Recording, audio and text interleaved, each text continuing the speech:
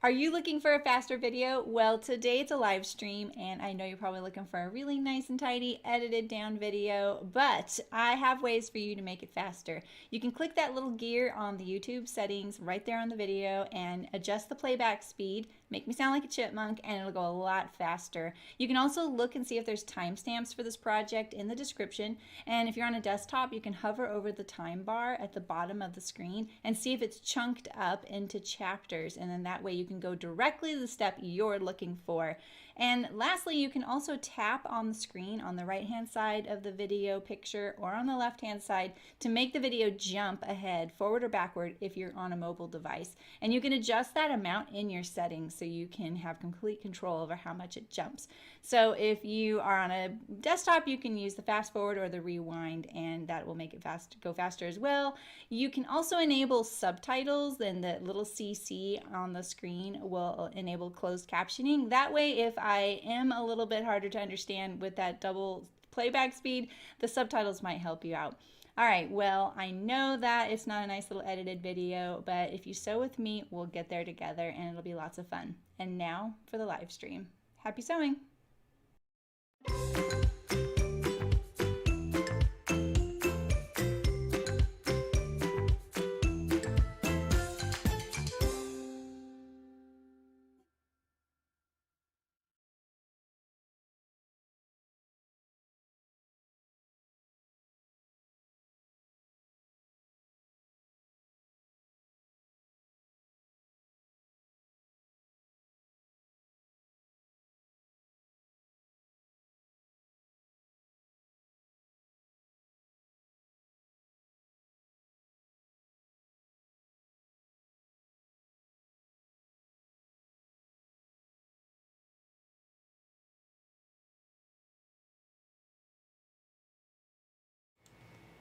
Hello, hello, hello. How are you guys? How's it going? How was your weekend? I just thought I'd throw the top on over my dress so you could kind of see how it looks. It is a pretty wide neckline, but it's kind of nice, you know? Can you imagine if you did this in like rayon? Let's see, let's pull this forward a little bit. And the sleeve was a little longer. It'd be so drapey and full. It's pretty cool. I'm pretty happy with it, how it fits right out the gate. Pretty nice. So let me know how everything sounds and looks. And why is this so gigantic? So gigantic. I think that's okay though. I have that screen a little bit bigger. So today I'm doing one more design out of, well, not out of the act of sewing, but I'm using one of the patterns to create another design. So, hi Cecile, hi Susie, hi Terry, hi Melody, welcome. Nice. Yeah, exactly. Yeah, it's such a great, they're such great starting points to do whatever you want, these patterns. Hi Vestigial, how's it going? Hi Sarah, welcome. It sounds good, great, great, great. Thank you. Hi Beverly. You're from Michigan as well, too, from Michigan. Do you guys know each other? Are you like, I'll go if you go? I would totally be like that. Well, welcome. If you're new here and you haven't watched any of my videos, and if you've never joined a chat on YouTube, the one thing we like to do is at the top of the chat window, I think for you it's like directly like right here. It says top chat or live chat. It depends. Maybe the chat's off to the right. It depends on how big you've got it. If you're using it on a desktop. If you're using it on a mobile device, I don't think you get this option, but it says top chat or live chat and it's a little arrow, and we suggest that you select live chat because you won't miss any of the messages. We don't know why, but it edits some out. Hi Martina, how's it going? And then what's some other notes? Let's see, so there's commands, and so what that means is, say you want to know, you want it to, I'm describing this really badly. If you type in the chat, someone more experienced will do this right now probably, exclamation point commands in the chat, it'll come up with a list of like one word things. And so if I've got my seam ripper out, the chat likes to write exclamation point drink, which is a long story of why it got that name. Or noise, if you hear my machine making a funny noise or something that you're not familiar with. And it kind of, then someone, if someone's new, can say, why is our machine making that noise? Someone else will type in exclamation point noise and it'll answer the question for them. So hi Malin, hi Shannon. I'm wearing it over my dress. I just threw it on. So you can see it's pretty wide necked, but it fits really well right out the gate. Yeah, there you go. Susie's got it. So that would be the response.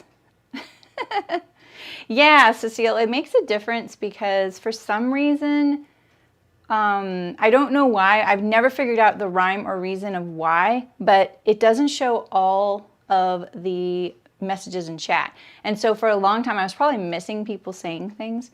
And it doesn't, we've never figured out the correlation. So I always recommend if you're in someone's chat on YouTube to toggle it to live chat.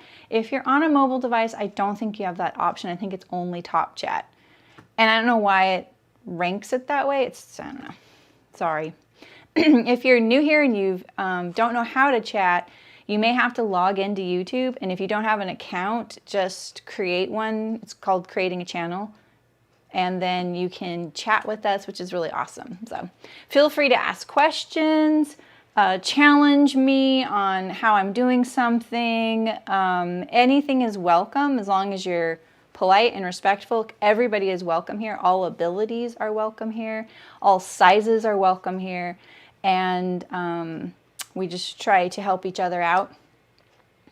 I can't remember, is there a command for my Facebook group? Because that's another place you can go. It's not a really big group or anything like that. It's not overwhelming. I'm not always posting in there.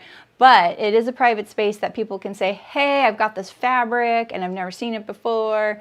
What do you guys recommend I make it in? Or, hey, I'm looking for a sleeveless top that's high necked. You know, I don't want anything low neck. And it's such a great place that you can kind of get recommendations from people, not just me.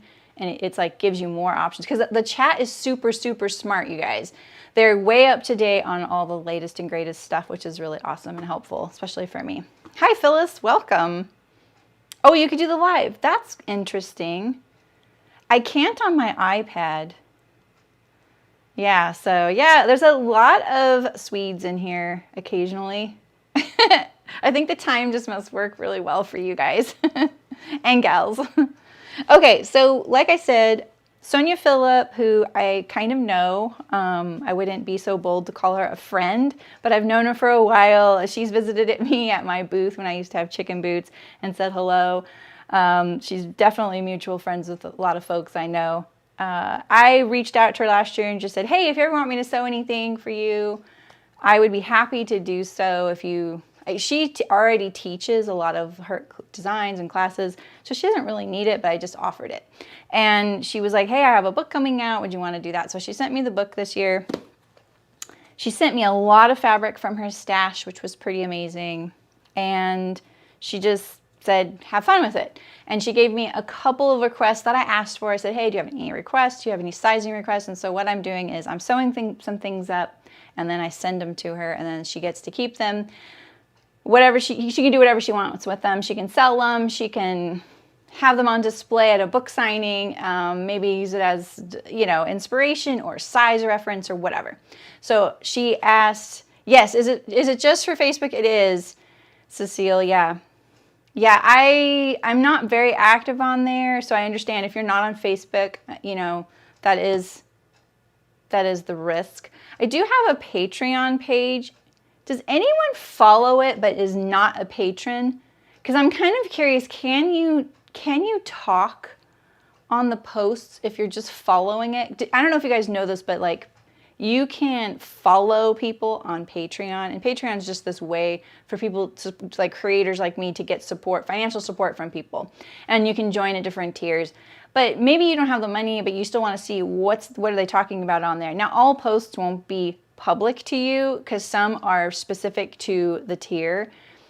But you can still see teasers of what we're talking about on there, and then some of them are just public. And I'm curious if you can talk on there because it might be a spot. So, oh, you found it, great. Okay, yeah, so there's a page and then there's a group you can request to join. I've been really good lately about accepting everybody, so feel free. So yeah, it's a great, at 8 p.m. is a good time, Malin. Yeah. Yeah, so anyway, so she sent me this book, and I just said, well, do you have any requests? And she said, well, maybe something in the medium-large range, so we're doing large. And she requested, let's see, pleats, which we did on this top. Let me think. I think on this top, all I did was the pleats. And then the other thing was a one-piece facing, which I've actually never sewn on the stream, which is great. And I feel like there was one other thing. I think that's it. Oh, I think because she said pleats, I said, well, I could do Pintucks. And so I did Pintucks on this as well. So this design today looks like this.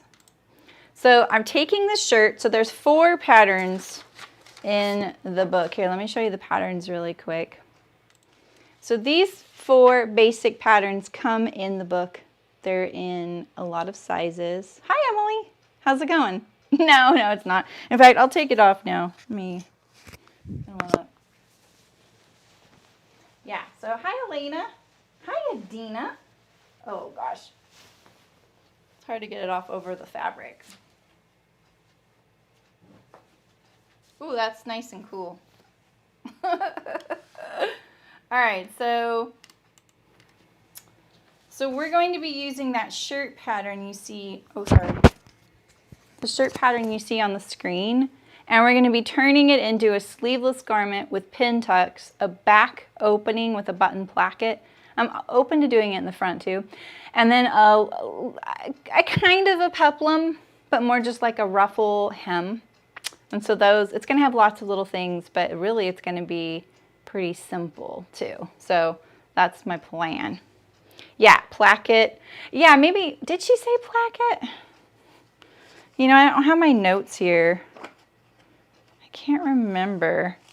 I know it was pleats, sleeveless, and then the size. Well, anyway, she was pretty much just like, do whatever you want, you know? So I had a lot of fun coming up with a bunch of designs, and I'm doing 2 of them. I had you guys vote on which 2. Last week, we designed the one I was just wearing and then picked out the fabrics. I had a color block shirt planned, but I didn't have the ruffles planned, and I didn't have the piping planned. And then we kind of changed the lines and kind of made them a little more organic, and also front to back was a little different, but also that the fabrics went one into the other. So it wasn't the same as you look at it flat. You know, the polka dot wasn't here on the upper corner. When you turned it over like this, it actually was here on the front and, you know, here on the back, so that they went together. So that's awesome. Maybe that's a good time for Michiganders as well. So yeah. All right. So anyway, this will be a really fun one because we'll get to talk a little bit about turning a top from sleeveless to sleeved or vice versa. Mainly because it's summertime here in the Northern Hemisphere, and that is a really good time to take maybe some of your favorite shirt patterns and turn them into a sleeveless pattern if you feel like it could work. So I have this shirt here. This is one of my very last ready-to-wear shirts in my closet that I haven't replaced yet. It's not ironed. It's April Cornell, and it's obviously looking pretty dingy. But it's got the pin tucks down the front, and this is kind of what inspired doing this top today, because I really want to replace this top because this is getting pretty dingy. I also feel like while it fits me really well, the shoulders they could come in a little bit and it'd be a little more flattering on me. You'll note that this one at the bottom, the tucks release. There's no seam here, and there's no ruffle at the bottom, if you can see that very well. So that is an option. You can just release your tucks, and then they're release tucks, right? Please, chat, don't change the design. I'm not changing the design, don't worry. Hi, Libby. How are you? Martina likes this one. Okay, so this one also has a collar stand. So say you've made a button-down shirt and you know there's a collar and a collar stand. If you don't put the collar on, you get this right here. You get this little mandarin style collar or a collar stand, and it stands up. This doesn't stand up it does stand up actually. What I love about this top is that I wear it all year round. I wear it under my sweaters because it's a little warm here for a lot of my sweaters, and this allows me to be able to wear my sweaters because it's sleeveless and it's just a white top that shows. Here's the quirk about this top. In the almost 20 years I've had it, there's this one pleat at the center back that always flips to the left. You see that? I have never figured out why it does this. I can iron it and it'll stay, but when I wash it, it goes back. It's this weird mystery of this shirt. I've thought about it. It's haunted me. Like, I really want to know why. I think my guess is that the tuck right here is narrower than it is above and below it. And so it's mostly at a curve, like it's sewn at a curve, and it's so subtle. And when you iron it, it really doesn't look like it is, so I don't know. So yeah, it really is stubborn. Yeah, I showed you guys on Instagram, I think. Yeah, Allison remembers. Yeah, so you love that wide neckline. Yeah, so you can just do a collar stand and then square it off at the front. You don't have to square it off like this one is squared off, or you could just still keep your curve. A little stain on it right there. Looks like something. Anyway, so that's the inspiration. So the one I'm doing today obviously has a back button placket. I'm open to changing that. It doesn't have the collar stand. It has a bottom ruffle.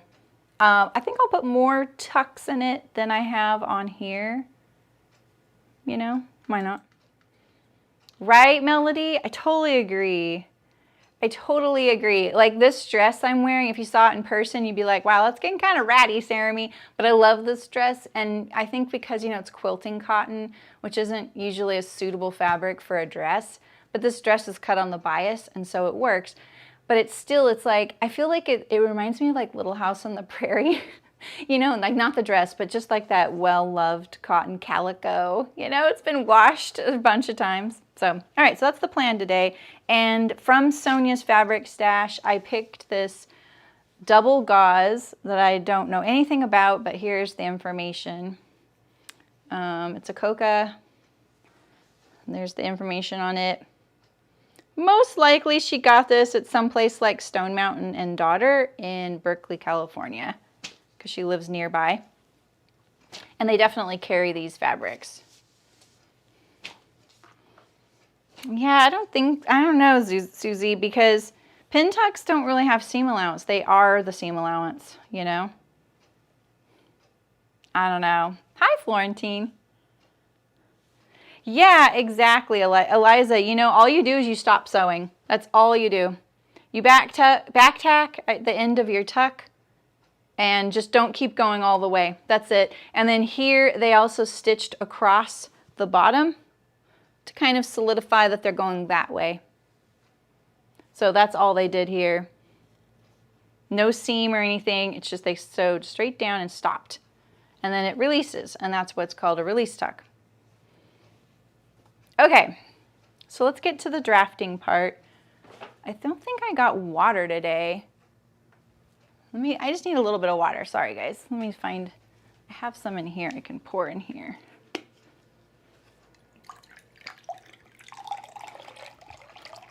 I keep forgetting to take my allergy medicine, which I don't get like sniffles and things. I get itchy. Like I start getting itchy all over myself. And I also get a tickle. Okay, a throat tickle. All right, so I feel like doing this kind of pin tuck blouse, it would probably stand up, the design would stand up better on a solid, something that's going to really showcase the pin tucks or something like that. But I do think because this is pretty uniform, I think it's going to actually be pretty cute. I don't know, Elena. Don't you think after 20 years that would be like moot? I don't get it. I've thought about it. One of my friends responded to me and she was like, maybe it's this, maybe it's that. I'm like, I don't know. And it's really, really thin cotton too. I thought maybe the bobbin had run out and there was a back tack and the back tack was pushing it. I've thought maybe that the tension changed. I don't know. I've never been able to replicate it either. Okay, so I am going to be using the size large from the patterns that are included, and I have my book set to the page. So as far as sizing in this book, so let me tell you a little bit more about these patterns. Like I said, they're very simple, right? So this one right here, you have what is this called? This is called the top, at the top there, and then the skirt. And the top obviously is a very simple silhouette. It has no set-in armhole or sleeve, and that is what we use to build the color block top you saw me wearing at the beginning. And then there's also this long sleeve shirt, so it has a set-in sleeve. And then she calls them trousers, so they're very casual pants. And the designs are very simple. They're not form-fitting. They don't have a lot of structure as far as like darts or princess seams. And you could build that in there if you want, but these are such great silhouettes for fitting lots of different body shapes and being a great starting point to do all of the pattern modifications in the book. And that's what this book is about. It's about doing a billion different kind of, not billion, but there's a lot of pattern modifications. I wrote them all down. So she doesn't have a nice little, it'd be really nice if you could do the whole like flip book thing. I don't think she should have done that, but that would be cool, right? Where you switch necklines and, the middle, the bottom.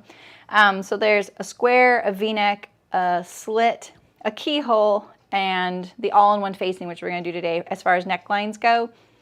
The sleeves, there's the sleeveless, short sleeve, cap sleeve, puff sleeve, gathered at the hem, cuffs, ruffled cuffs, elastic cuffs, and that's just for the sleeves. And that's also like not even a lot of modifications you would do to the long sleeve, so you have the long sleeve as well. You have the body, there's body adjustments, can be the yoke, a placket, a panel, like an inset, or maybe just color blocking, and a tie back. So like maybe you want to put a little like cinching at the back or something like that. And the waist, I might be wrong about the tie back. I think the tie back is actually from the side seams. There's a wide waistband. Oh, and I think this is for the pants. Wide waistband, drawstring, half drawstring, sash and belt loops, button tab. And that's for the pant waist. As far as hems, there's bias facing, shirt tail hem, vents, which we talked the other day about difference between vents and kick pleats, because I kept calling it kick pleats, and a contrast band. And so we've kind of did a little bit of that with the color block. And then there's an embellishment section, which of course I've already done 2 or 3 of these. Gathers, pleats, tucks, ruching, and pockets. Lots of different pockets, and there's pocket patterns and facing pattern pieces. And then she also has a short section on combining it, so maybe you want to make a dress or a jumpsuit or a tunic or a tie front. I don't know what tie front means. I wrote tie front, I'm not sure what that means, but there's also a fit section as well, so if you want some fitting tips as well. So, and then the sizing goes from a 32-inch bust, 81 centimeters, up to a 56-inch bust, 142 centimeters, and the hip, 34 inches, 86 centimeters, up to 58-inch hip, 147 centimeters. Did I say that right? Yeah. Okay. Yeah. That's the, I was looking at the difference between the bust, and yeah, anyway, I'm not going to tell you what I was thinking. I don't know why I was looking at that. All right. All right, so now we're getting to the pattern. I wanted to look over how she describes doing the sleeveless, because I want to make sure I do it either the same or explain why I'm doing it a little differently. I don't see the measurements here. Bring in the shoulder, yeah. What I want to see is this part right here, B. Where's B? B. All right. All right, I think we're good. She's not bringing it in. I'm going to. Cool. All right, let's do this. Oh, with chiffon.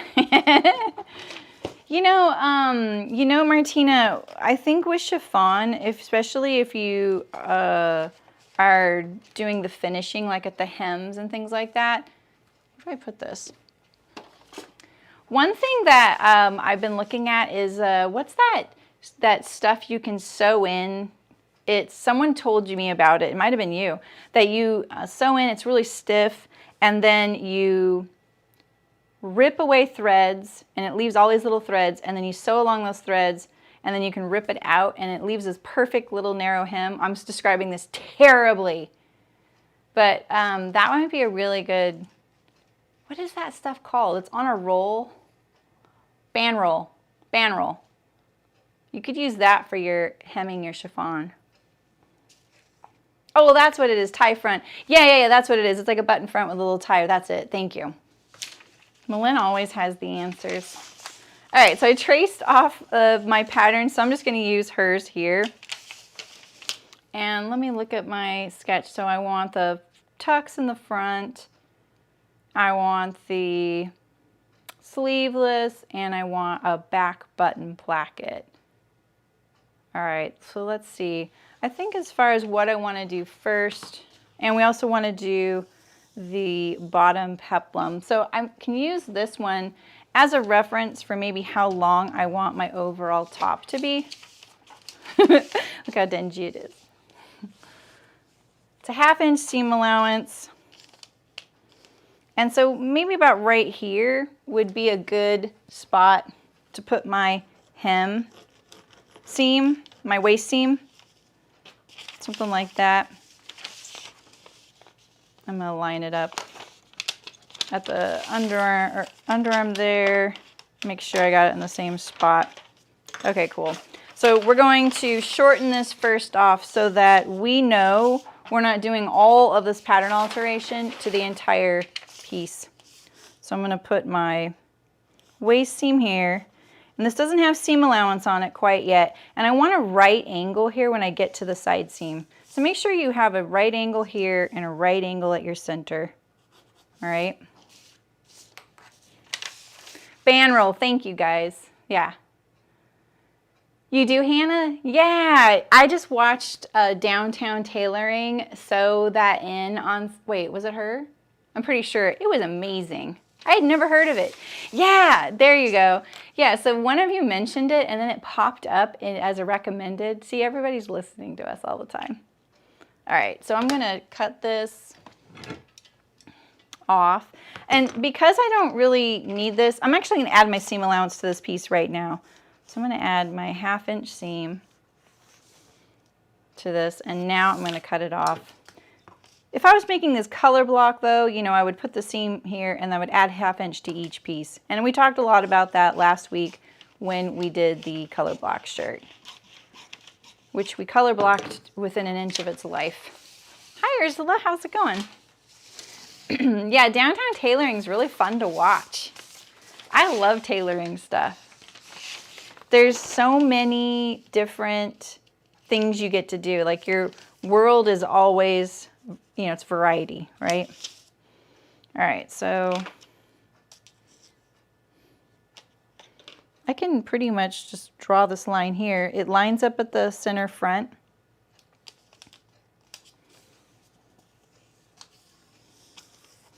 Like that.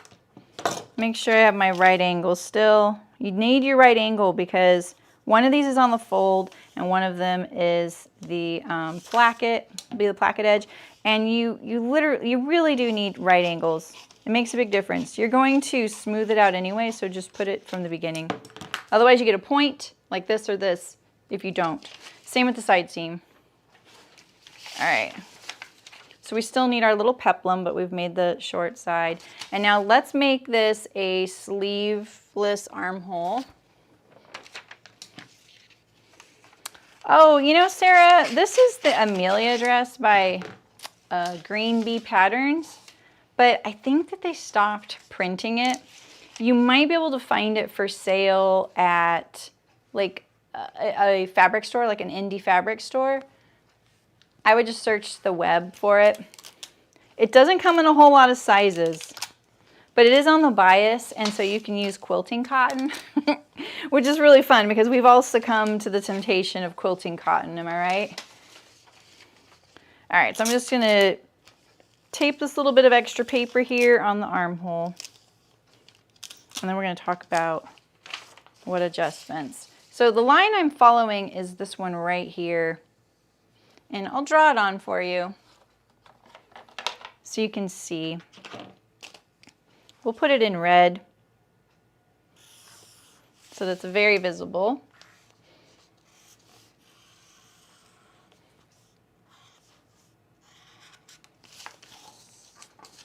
That'll help a little bit.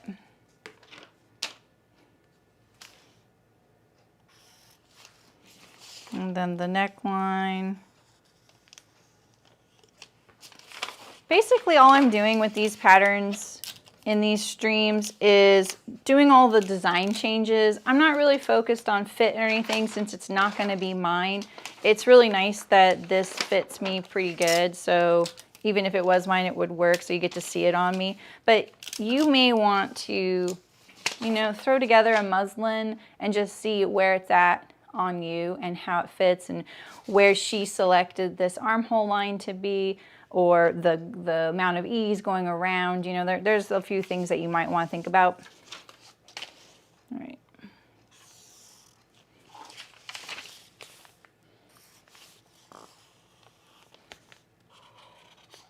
All right, so now you can see a little better.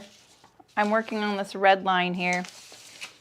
Now when you're going from sleeveless to sleeved, I have the shirt sleeve here. Remember that the way that this all relates to each other, this is the one drawback of these patterns, is that there's not a left and a right, or it's not a right and a right back and a right front. It's a left front and a right back. So I can't really show you this one here, but look. So this right here is your armhole, right? And this is where this point of the sleeve lines up to your bodice. So when you're wearing a garment with a sleeve, the armhole is a little bit lower and a little bit bigger than it is with a sleeveless garment because you need a little bit more room to move around with something sewn there. But you don't want too much. You never want to overdo it. So if you're going from a sleeveless garment to a garment with a sleeve, you don't want to add too much. And it's the same going one way as it is the other way. So when we're going to a sleeveless garment, what we're going to do is we're going to bring it up and we're going to bring it closer to the body. And the way I like to think of this is if you don't want your bra to show, or you don't want people to get a peek straight into your garment, you want to cinch it up for that reason, and you want to raise it up to cover your bra, right? If you're a woman who wears a bra, or a person who wears a bra, or an undergarment of any kind, that will kind of get the silhouette closer to your body and make it a little bit just not so open and kind of, I mean, just open, you know? So you're just kind of bringing it closer. And usually it's about 1/2 inch up and 3/4 of an inch in. Okay, so this is my new point, this blue right angle. Let's bring down the camera a little bit. I don't think so, Eliza, because it's a different neckline. I did think about that though. Where are we at? Here we are. I'm just gonna zoom in a little bit. Meow. Always comes with sound effects. All right. So when you're going to a sleeveless garment and you had an armhole with a sleeve, you're going to go up 1/2 inch and in 3/4 of an inch. And this amount can vary. If this is a pretty close fitting garment already, then you're probably not going to want to do the full 3/4 of an inch, because remember, this 3/4 of an inch is 3 inches in circumference, because you're going to do the exact same thing to the back pattern piece as well. So if you can't lose 3 inches right here, then you shouldn't remove that much. You may just need to raise the armhole, all right? And even this amount can vary as well, but as a standard rule, if you had a sleeveless garment, this is what you would do in reverse. You would go down 1/2 inch, out 3/4, something like that. And then if you wanted to, then you need to draft a sleeve and make sure that it works with your armhole. All right. Okay, so let's put the sleeve pattern aside. And now I'm going to bring in the shoulder about 1/2 inch up here. But I'm also going to compare this to my shirt just so I can kind of get, close. All right, and so we're going to draw this in here. If you have a French curve, let's see, where's mine? Is that it? I was just telling someone recently how my French curve will disappear occasionally. Dang it. My French curve is completely clear. There's nothing on it, and so sometimes it disappears for a few months and then it just pops back up. It's kind of sentimental, so I keep it around because it's the one I got when I went to design school. It's even broken and I've taped it together.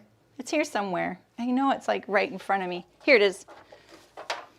Look. It used to have stickers here so I would find it.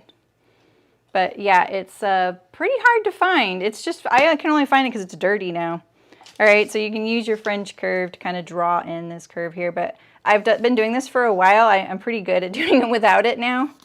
And now remember, you have to have a right angle here and a right angle at your shoulder. So make sure you check. If you don't, you're going to do it while you're sewing it. So if you're having a lot of trouble, like say you accidentally, maybe not even accidentally, but maybe something about the armhole. There's a lot of patterns out there that, I hate to say it, the sleeve and the armhole aren't very well drafted. There's some kind of funny curves in there. It may work and it may fit and everything, but when you start going to kind of fiddle with it, it may give you a little bit of like pause and reflect time, because maybe it's doing this, and you have this weird angle when you get up here and you're just like, ooh, but I have all this stuff going on the shoulder. I really can't lose any width. You're gonna have to, or you're gonna have to bring this line out and get that, because once you sew your shoulder, you don't want your shoulder looking like this, like a point, right?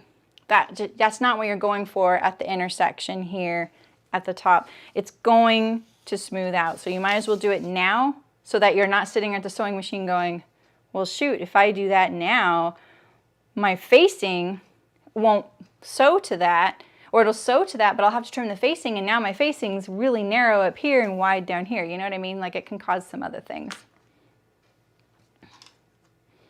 Yeah, that's a good, yeah, you can totally use your sloper to double check, especially for sizing and things like that.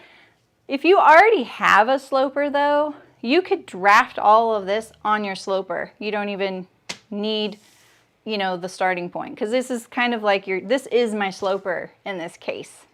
Does that make sense?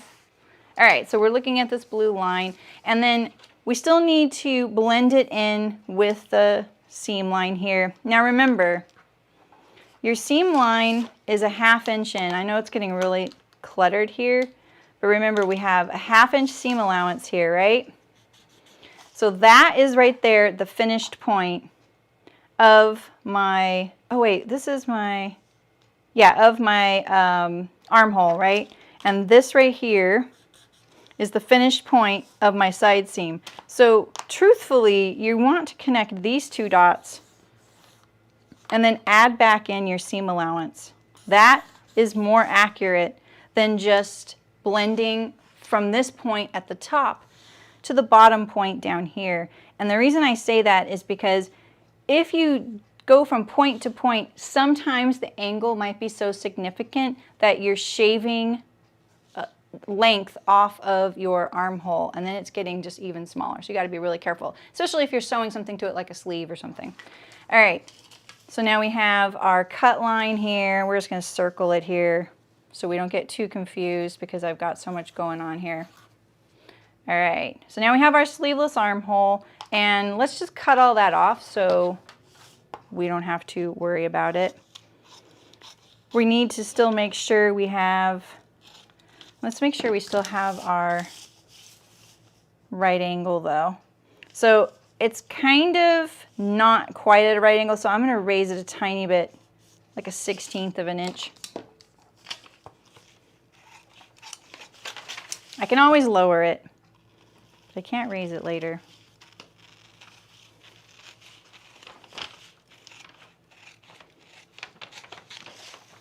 All right.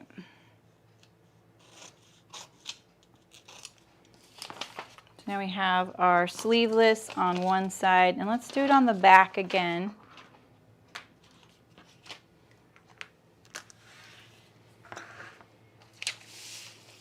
All right, so we went up a 1/2 inch and in 3/4.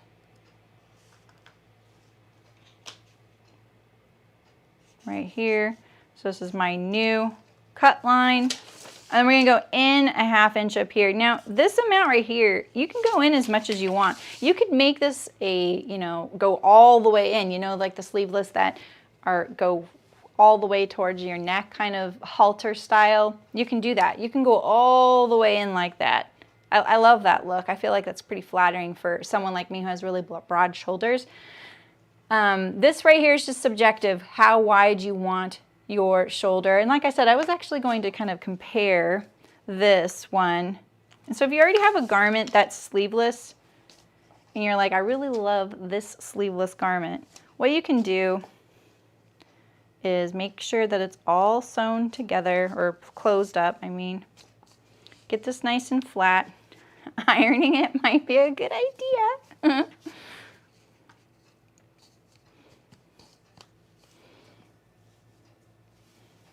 And then you're going to measure across the shoulders right here. The binding on this armhole is kind of drawing it in. Like I said, it's not ironed. So measure your shoulder from outer edge to outer edge here. And this one measures about 14. Now you can do the inner neckline as well at the seam line here, but that's different. That's when you're talking about what silhouette you would like for your neckline. And this one comes up pretty high, and that doesn't work with a lot of my sweaters, so I'm kind of more interested in having the scooped neckline. So we're going to stick with that. So 14 inches, and then let's figure out, we'll use this as a little piece of paper underneath here. Just going to tape that on there. Just temporarily using that so that I have a straight line up my center back. And then let's just measure. We need to do it on the seam line, so take off the seam allowance just so you know. And let's see how close that is. So that's actually, this one's actually wider than my shirt, and like I said, I kind of wanted it a little narrower. So let's bring it in like 3/4 of an inch to right here. And that is 6.5. So we're gonna need to do it on the other side as well. So now we have a more aggressive curve to work with. So let's bring this in 3/4 here.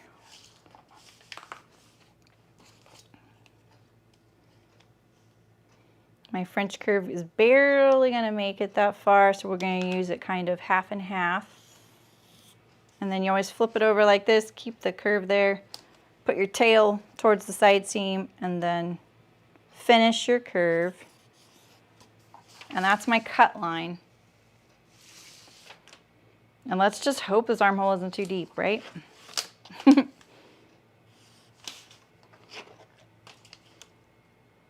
right. And so now we're going to figure out our side seam, but we have this one right here that we can refer to because we trust it. And we want these two to sew together, so you might as well use them. And one way you can figure out if your transition in your armhole is nice and smooth. This is my armhole. Wait a minute. I was like, wait a minute. Here we go. I was looking at the wrong one. I'm getting lost with all my lines here. All right. The way you can figure out if your transition is nice and smooth is to sew it together with the paper just like this and see, all right, is my line smooth? And then smooth it out so that the juncture is a nice round oval. See that? Yeah, I think it is funny that it's a little bit of subtle explanation with it. Look at mine's broken here too. Same with the hip curve. The hip curve, I remember my teachers being really specific on how to use those. I see a lot of curves out there, but this is mine. And yeah, this is when you're developing the curve of the hip of like pants or a skirt, and you make a skirt block a lot in college. So that was really useful. And those were the only two curves I got. I got those two, the see-through and an L square that was never square. And all the L squares they gave me never square. Like really bad. Like this L square was probably 12 by 18 and it was 1/4 of an inch off, like as far as the squareness. So I never used that thing. Didn't we, wait a minute. I thought I drew this on here. I didn't draw it on here.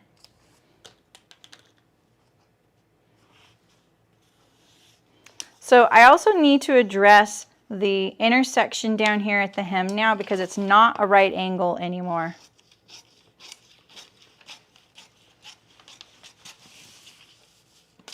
Okay, and we know it's this one right here.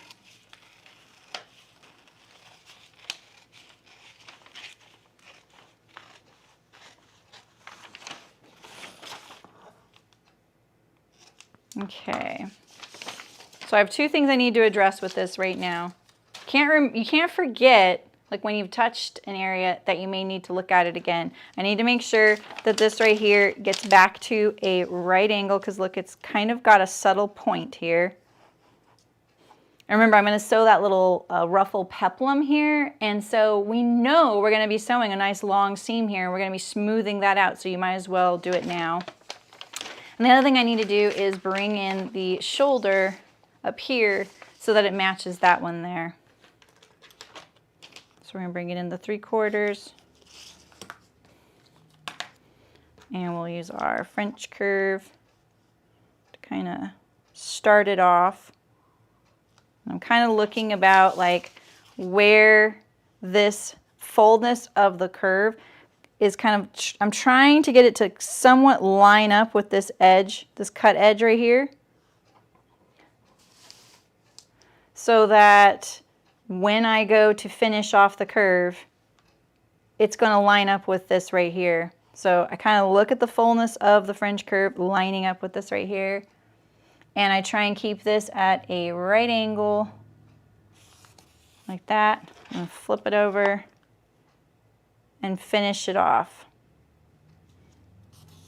like that.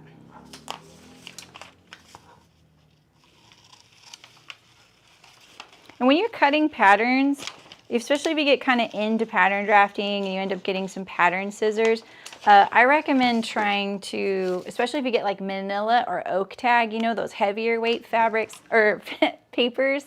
And, you know, I use manila and oak tag a lot, but not when I'm doing first patterns anymore because it's expensive. I used to use it for first patterns because it just cut down on my overall time developing it because I could trace off my pattern right onto the fabric really quickly, and I didn't lose any integrity of the pattern piece if it was kind of, you know, going through lots of iterations because the paper was a little more stout. But when I'm just doing first patterns, I think using anything you have around you, whether it's scratch paper you've taped together or Swedish tracing paper or old patterns that got printed twice or whatever, I just use this kind of paper. But when I go to cut, usually when I'm cutting, my scissors are staying right here, and that I'm moving the pattern piece towards the scissor like that. It keeps it's a better, smoother way to cut. All right, so we still have our nice little oval there, teardrop. Oh, I have a story about that. Beverly. Oh yeah, Adina. It was, you know, it was because I was getting off on so many things that I was like, all right, this thing's trash, and I threw it away. But yeah, Beverly, I actually measured all of my window openings in our old house using a really cute little tape measure my friend gave me that I used for knitting, and I'm sure you've all seen these. They're by Lantern Moon, and they have the like crocheted bunny around it, or owls or whatever. And I used that, and that tape measure was 3/4 of an inch off. And I had to mount all of my custom top down, bottom up shades on the outside of the window when I had made it so that they would be on the inside of the window and be flush. Ooh, that was triggering. I was like, why don't they fit? What did they do wrong? And then I went and looked at my measurements, you know, before I chewed them out. It was me. Yeah. All right, so now we have to work on this transition here, right? Now look at how different it is now. So I put my ruler up to this edge. I'll just put the paper behind it so you can see it. There's my edge. And I'm just lining up on one of these lines across that to get a right angle. So now you can see that it kind of drops off pretty significantly right here. So we want a little bit more of a transition. In general, what I hope is that when I put my ruler right here across the side seam like this, and I see the length of the ruler, I kind of want this to be about in the middle is where I'll go. But if it's too much I'm cutting off down here, I don't. I just try and get my transition lower here. The thing is, you can kind of see if I'm not careful, I could end up with like a curve right there, and it'll look a little bit like it dips even if it doesn't. So that's why I say, you know, I try and get it about in so that it's in the middle here. How do I say that? So that that right angle, the point would be about in the middle of the garment down here. And then I can get a really nice transition, but maybe not quite in the middle, but a little bit towards the side seam a little bit. So we don't really want to trim that much off. Just a little bit. Yeah, you got to check that stuff. And I told you guys the other day that the tape measure that was engraved in my last sewing machine, that one was off too by a lot. And the problem with that one was that we were cutting things like webbing and elastic, things that were perfectly engineered lengths for the patterns we were sewing.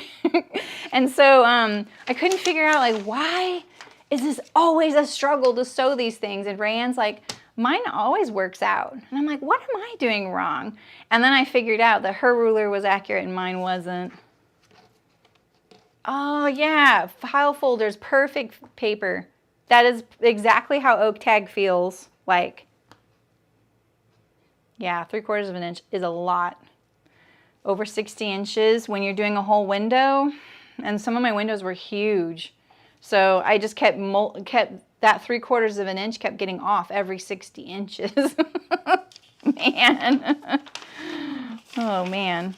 All right, so let's get this. I'm gonna line it up on the seam line here, and we'll just transfer it down here to the other one. And then make sure that we have a nice transition. We're doing nice pattern drafting techniques because we have the time today. You can be more quick and dirty if you want. I don't judge for that at all. I do it all the time. Oh, that's great, Malin. I'm actually using this roll of paper that I have here was a roll from my old plotter that I gave to Adina, actually. And I just got desperate for paper, so I opened one of the rolls of plotter. It's actually great paper. It's just kind of expensive to use as pattern paper. Yeah, this is Libby. This is the actual pattern. I traced it off beforehand, and she gave me separate copies that were individual, because the ones in the book, you have to trace them off because they're printed both sides. Yeah, Elena, exactly. Hi, Nancy. Hello, how's it going? You have to type one-handed, we understand. You don't need to type, you can lurk. All right, so let's see, where are we at now? We've got our sleeveless, we've got our length down, we have our armhole, so we still need to do our tucks, our placket, our ruffle, hem, which is just going to be pretty much a measurement, and then the one-piece facing. So let's figure out, it doesn't matter what order you do these right now, I'm just trying to think about it. With some paper here. Maybe I should explain also what a one-piece facing is, because she asked for that, and I think it's because they can be kind of tricky to sew. Here's the trick with a one-piece facing. I got really into these when I was in my early 20s, and I was kind of, you know, still in, I had only been sewing for like, I don't know, 6, 7 years.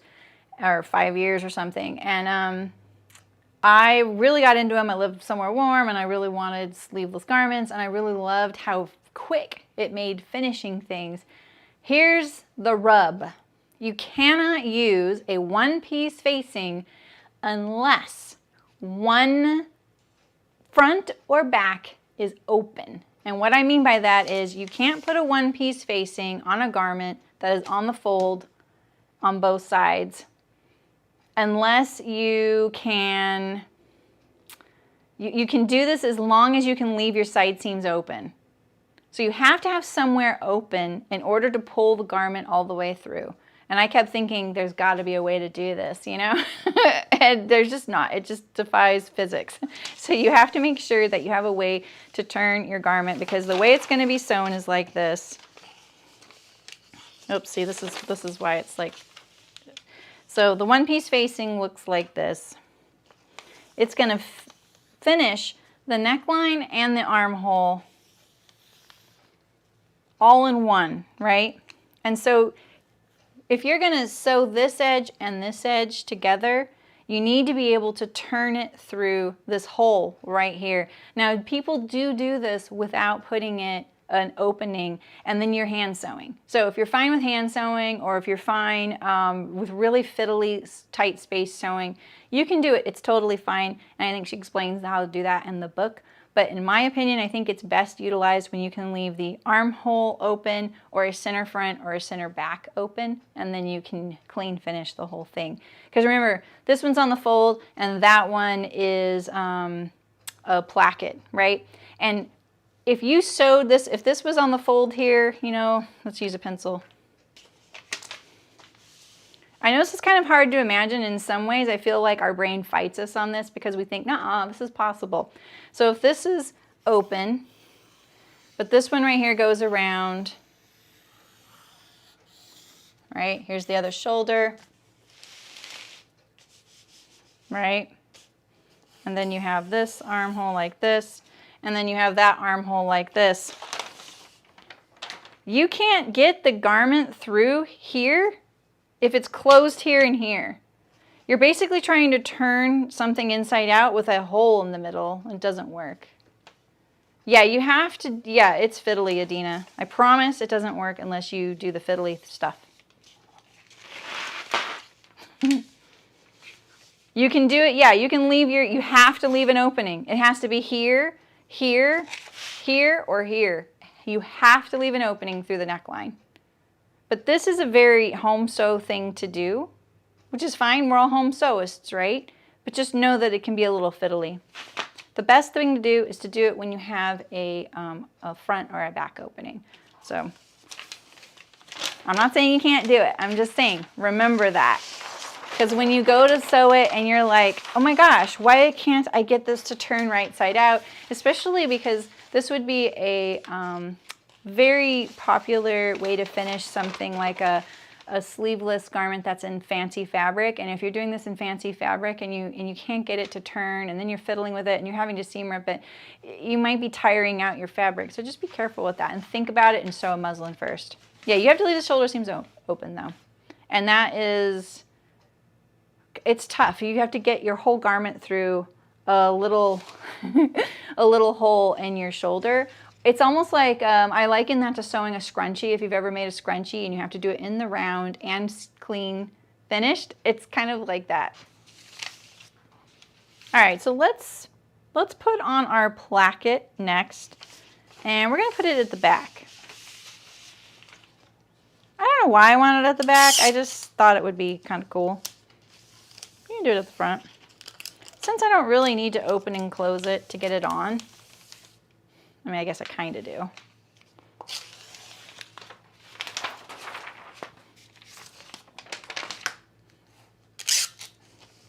right. I use a lot of tape here. If you're new here, you can see I go through a lot of tape.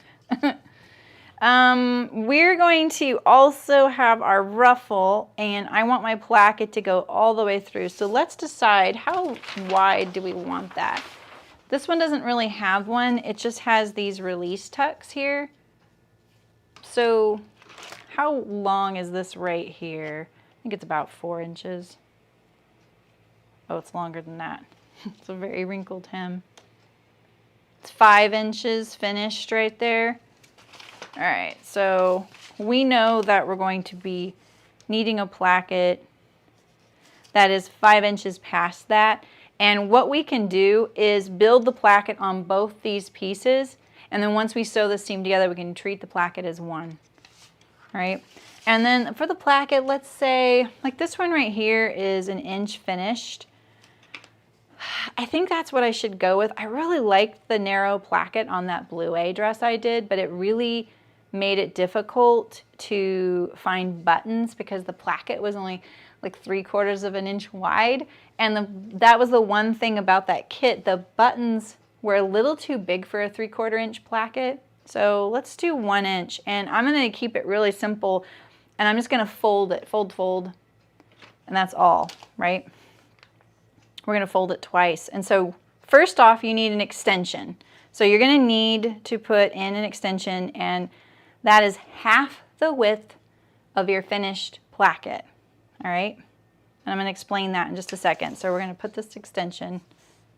Let me explain how a placket works. So remember, this right here is the center of my garment, right? So basically, that is the center of my placket. So when my garment overlaps, the center is right here, right? So you need it to go a 1/2 inch past that center. And you need this one to go half inch past the center. And now you have your 1/2 inch here and your 1/2 inch here, and you've got your 1 inch overlap total. So your extension just needs to be half the placket width. Sometimes you'll see that it's less than that because maybe they made a really wide placket to hang out, and that's just a style thing, but it's very rare. All right, so you need that 1/2 inch extension, and now we know that this placket is going to be, I'm trying to get rid of all these pencils that don't have erasers, and so I'm using them for pattern drafting, and they're so ugly, I hate them. I have a stash of pattern drafting pencils, but I'm trying to finish these off. So now this is, I don't know why that looks crooked. I doubt it is. I think it's an optical illusion because of the wrinkles in the paper. So that is my finished placket width right here. All right. Now we need to add the amount we want to fold under. So now you can, ooh, we could actually do a whole one-piece placket. And you know what? I'm going to show you guys how to do that. I think that would be actually really excellent. Because you know how to add the amount twice and fold it under and stitch that down. But you've probably rarer done a one-piece placket with extension, a button extension. So let's do that. All right, so now we just really need to add a seam allowance onto this piece. So I'm going to do 1/4 inch seams. I like 1/4 inch seams on facings and sleeveless armholes. I'm probably going to trim this down because I like that so much. All right, now we're primed and ready. So now sometimes you'll see a pattern where what they've done is put this on the fold right here, and you'll see the facing come out on this side of the garment. You can do that if you want, but it's kind of a fabric suck. Like it makes your piece kind of crazy shaped, and while it seems like, okay, this is great, all I gotta do is fold it back on itself and it's done, it just makes the fabric yield kind of a lot, you know. So I recommend just adding on your extension here, and then we're gonna make a one-piece facing that actually includes the ruffle down here, and we're gonna sew the whole thing at once. It's gonna be really nice and fast. Okay, now we have our back placket. Let's trim off this extra. I'm taking this in baby steps. I would probably do some of these things combined, like adding the tucks. We're just gonna keep it still looking like the pattern piece so we can see what changes we're making.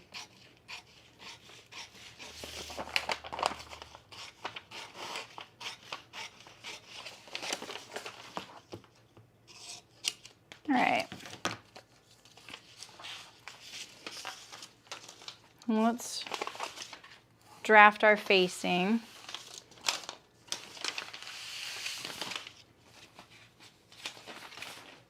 How are we doing? Is this a lot of information? I know it probably is a lot of information. All right, so we're gonna draft the facing, and we're gonna leave room down here for that little skirt ruffle. I'm kind of zoomed in still, huh? So we're just gonna trace off the pattern piece right now. Let's trace it off like this.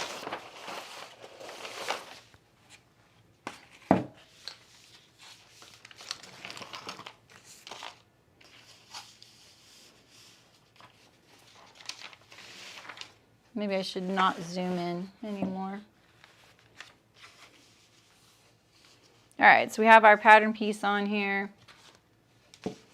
And I'm just gonna trace it off. I don't usually use Sharpie, but it is nice and visual. I need to trim this a little bit more here. I didn't quite get the neckline very accurately.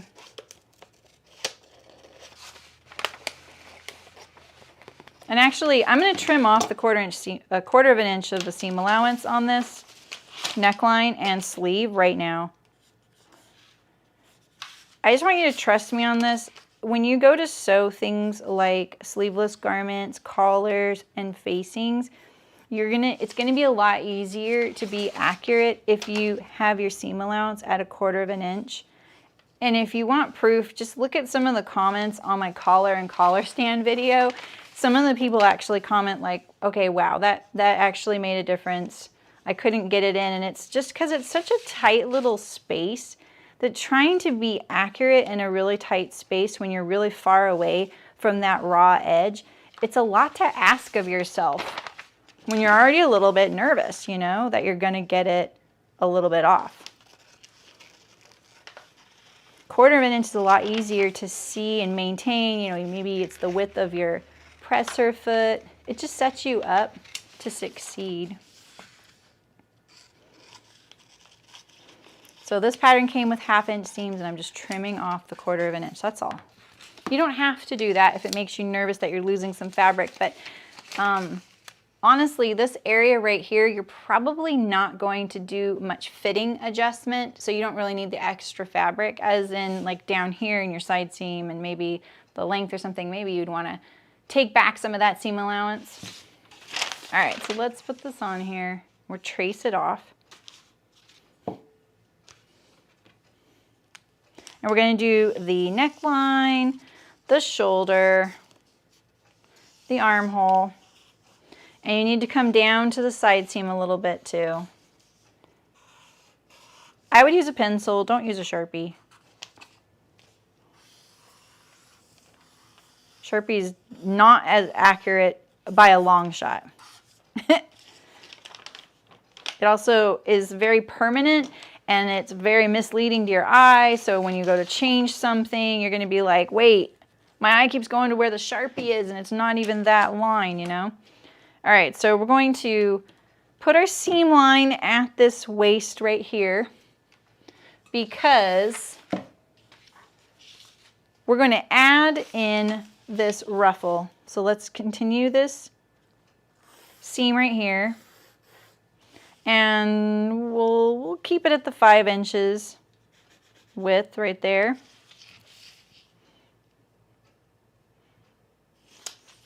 And then let's see, I think I'm just going to add 3/4 of an inch for the hem, but I might treat this in kind of a cool way eventually. So I'm giving myself 3/4 of an inch to hem the ruffle. That's kind of a lot, to be honest.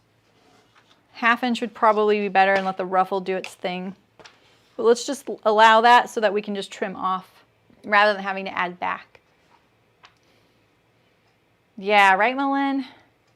Yeah, exactly. And I think that that's it. Like, you're going to put those snips in eventually, but when you're sewing it on there and you have this like tight curve and you're trying to turn the a straight piece along a curve that won't stretch out along this edge, you're not clipping it as you sew. That's really dangerous because you might end up clipping past your seam allowance.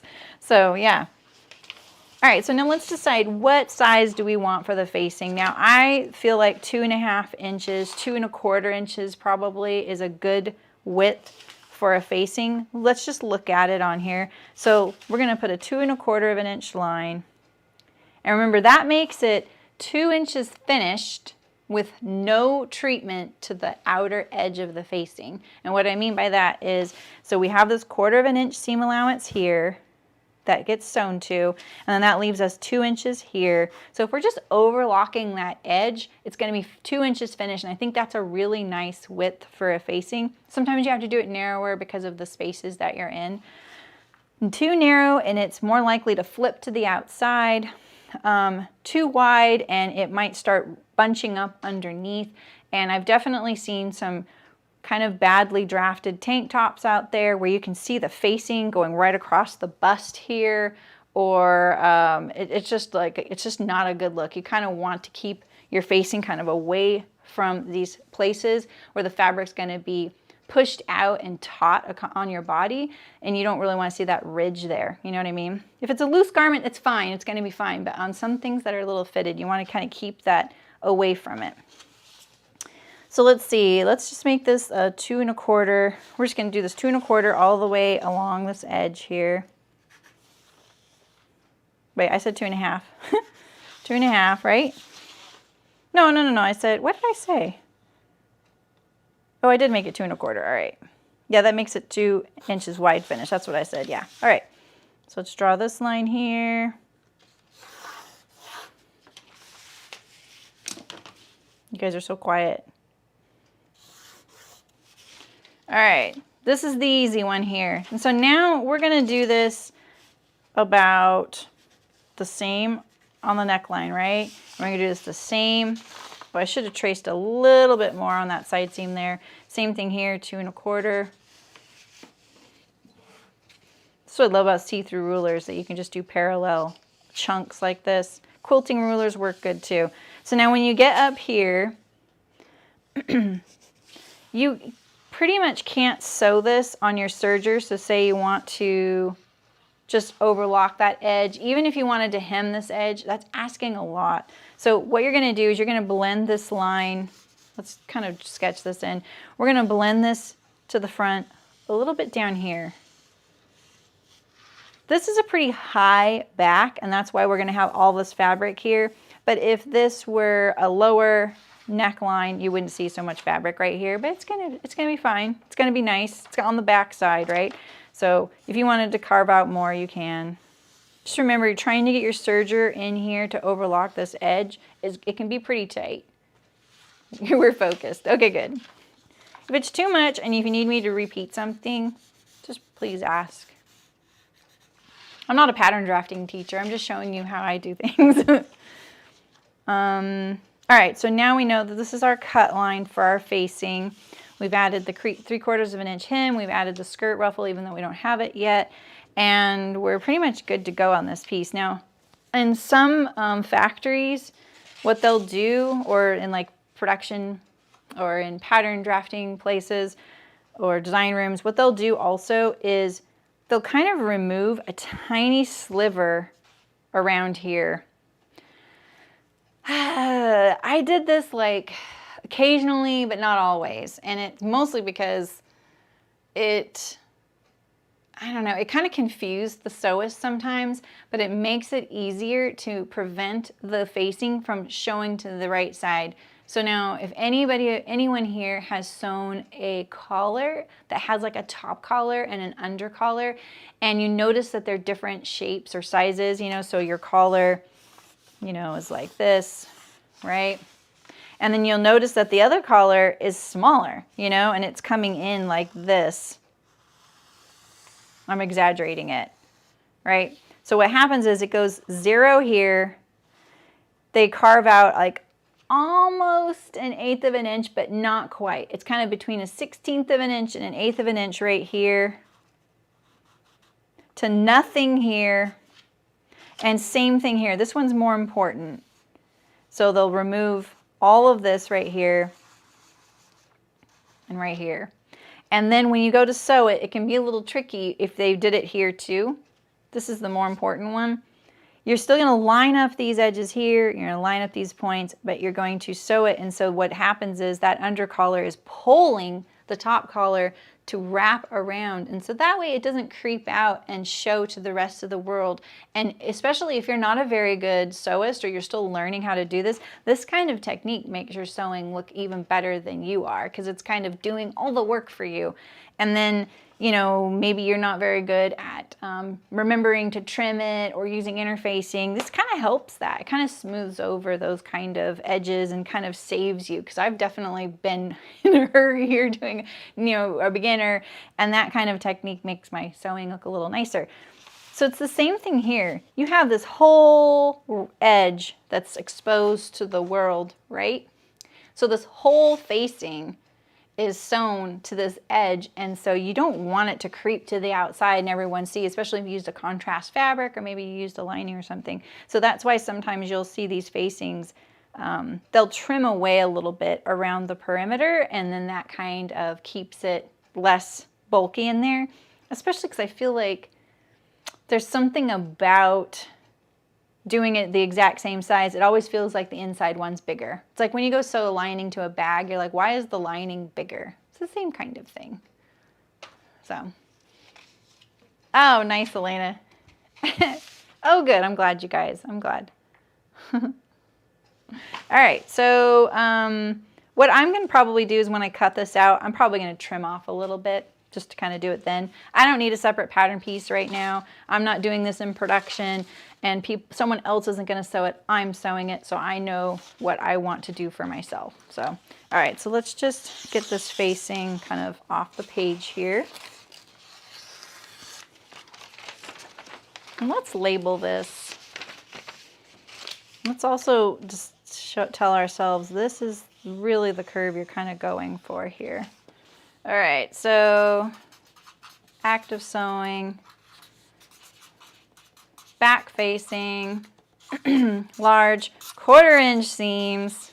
And let's remind ourselves here that we have 1/4 inch and 1/4 inch on the armhole and the neck, not the shoulder, and the center front. Side seam, bottom, shoulder, all have 1/2 inch. It's very, very standard. Okay.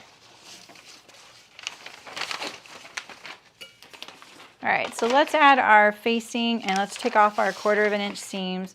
I think I've kept up with keeping these two pieces the same in their sewing. That's why you got to kind of keep up with making sure that all your right angles are there, so that when you start doing all the fun stuff like the style, you don't have to go, why aren't these sewing together?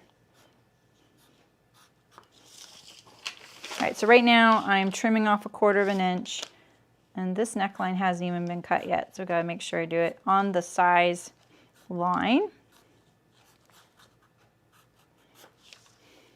I can't even see that. This is it right here. I'm going to use my rotary knife. Make sure you get your right angle, center front, and your side seam, and your shoulder. Makes your sewing a lot easier. Let's make sure that these are still matching.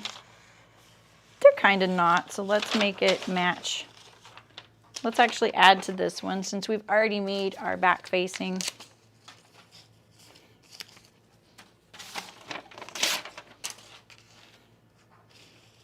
I think I can add it to the shoulder here. It's so little, I'm not worried really about where it was at. Line it up on the seam line of the shoulder and make sure I have the same width. Make sure my transitions are good. It could be a little better right here, honestly. And I'm going to use my rotary knife, kind of cheat. Can you even see that? Barely. Sorry, I'm using a pencil right now, huh? Because this is how it's going to look on the body. You really want these transitions to be nice and smooth.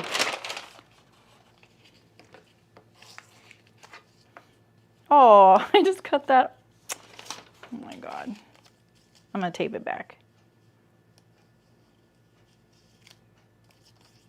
Wait. It was like this, right?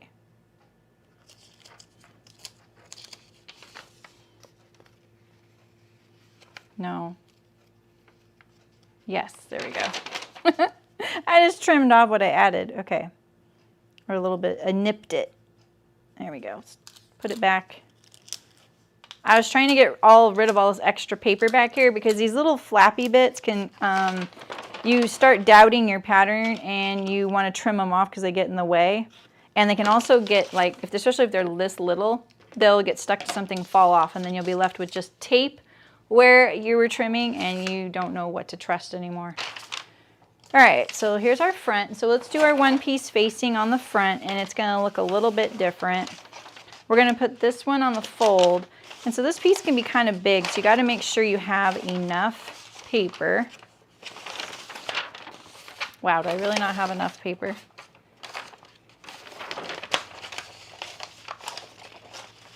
I think that'll work. Okay. All right. So you're going to put your pattern piece on the fold. And I have a very little amount here on the fold, so you got to kind of make sure that you're keeping this nice and straight. And it's kind of tricky. So what I could do is put my ruler here and make this fold line look a little longer, and then line up my center front on there. And now I can trust that. I need to wait. Here we go. So we're going to trace this off. We don't have a placket on this one. We just need to do the neckline and the shoulder and the side seam and the armhole. The only thing we're going to be concerned with is making sure that our facing sews together at the side seam, because that's where they're going to connect to one another. So we settled on 2 1/4. So let's make it 2 1/4 wide.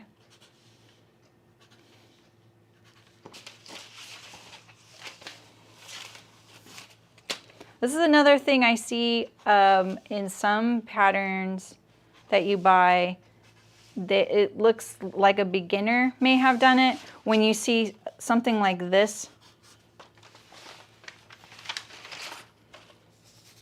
if I open a pattern up and I see that, I instantly don't want to sew the whole thing. So make sure you get a nice transition here. Now, could you just go straight to here? That's another thing I see beginners do. They do that, and you really do want to kind of trim this away. Make this a nice elegant curve right here, because it will lay on the body a little better. And like I said, especially if you're developing this pattern for someone with breasts or curves, you want this line not to go across that. You want it to be kind of above it. But you'll sometimes see them go straight across from the side seam. That's a lot of fabric right here. It's like having a bib right there. So kind of try and make it, you know, a nice little curve there. All right, so now we have our back facing. And I'm just going to trim this at the armhole here. I'm not going to really cut out this pattern piece. I don't need to cut it out yet. I'll cut it out when we cut it out of the fabric. But we're going to cut out this spot right here so that we can make sure our juncture here and our transitions are good. So we're going to overlap it an inch since it's a 1/2 inch seam allowance. Use different color ink if you need to. That's my line right there. And then if you're doing a pattern piece that's on the fold, now, okay, I should back up. I know a lot of you probably wouldn't have put this pattern piece on the fold. That's just an industry thing. You don't have to do that. But I will tell you, this pattern piece with these weird little things hanging off of it, it's a weird pattern piece. It is so easy to cut it inaccurately if you don't have the whole pattern piece to open up and lay on your fabric. I think a lot of us know that when you're cutting something out that, I'm getting the hiccups. If you're cutting something out on the fold, that fold, you can get that just 1/8 of an inch off at the bottom, and then it doesn't really, it's like something's off with it the whole time you're sewing it. So you don't have to do this if you're trying to save paper, time, whatever it is, but I will say that it makes things a little easier later on. And then what I do is I usually staple this together to make it accurate. Especially if you're doing this in a heavyweight paper like oak tag or something. And then when you're cutting 2 layers, angle your scissors like this. See, so I'm not doing it like this, I'm angling it. And that's because you want this blade to cut the bottom layer a little bit less, but it won't be. It'll end up being straight up and down, especially if it is heavyweight paper. I'm going to cut my ink off because that was outside the pattern piece. This Sharpie is really fat. Make sure you get your right angle at your center front neck, otherwise you'll end up with a point there that you didn't bargain for. And same thing here. Make sure you get a right angle right here at that curve. And then open it up and double check it. I'm just kind of picking one of these lines and keeping it nice and smooth, and then lining it up to the line I traced off with the other pattern piece. So yeah, there's some really fun elements you can do to your pattern pieces. How's it going, Esme? All right. So let's look at my pattern piece here. So you see this piece here. It'd be really easy to get this not symmetrical. And then what ends up happening, raise your hand if this has ever happened to you. If you don't cut this perfectly on the fold, what happens is when you sew it to the garment, you end up with this little piece like this going up right here. It doesn't lay flat right here. It's more buckled like that. Because what happens is, say you got it off the fold and it was here, you lined up your pattern piece to the fold of the fabric, but what happened was you lined up your pattern piece that far away from the fold. What happens is, that means that your shoulders just slanted out.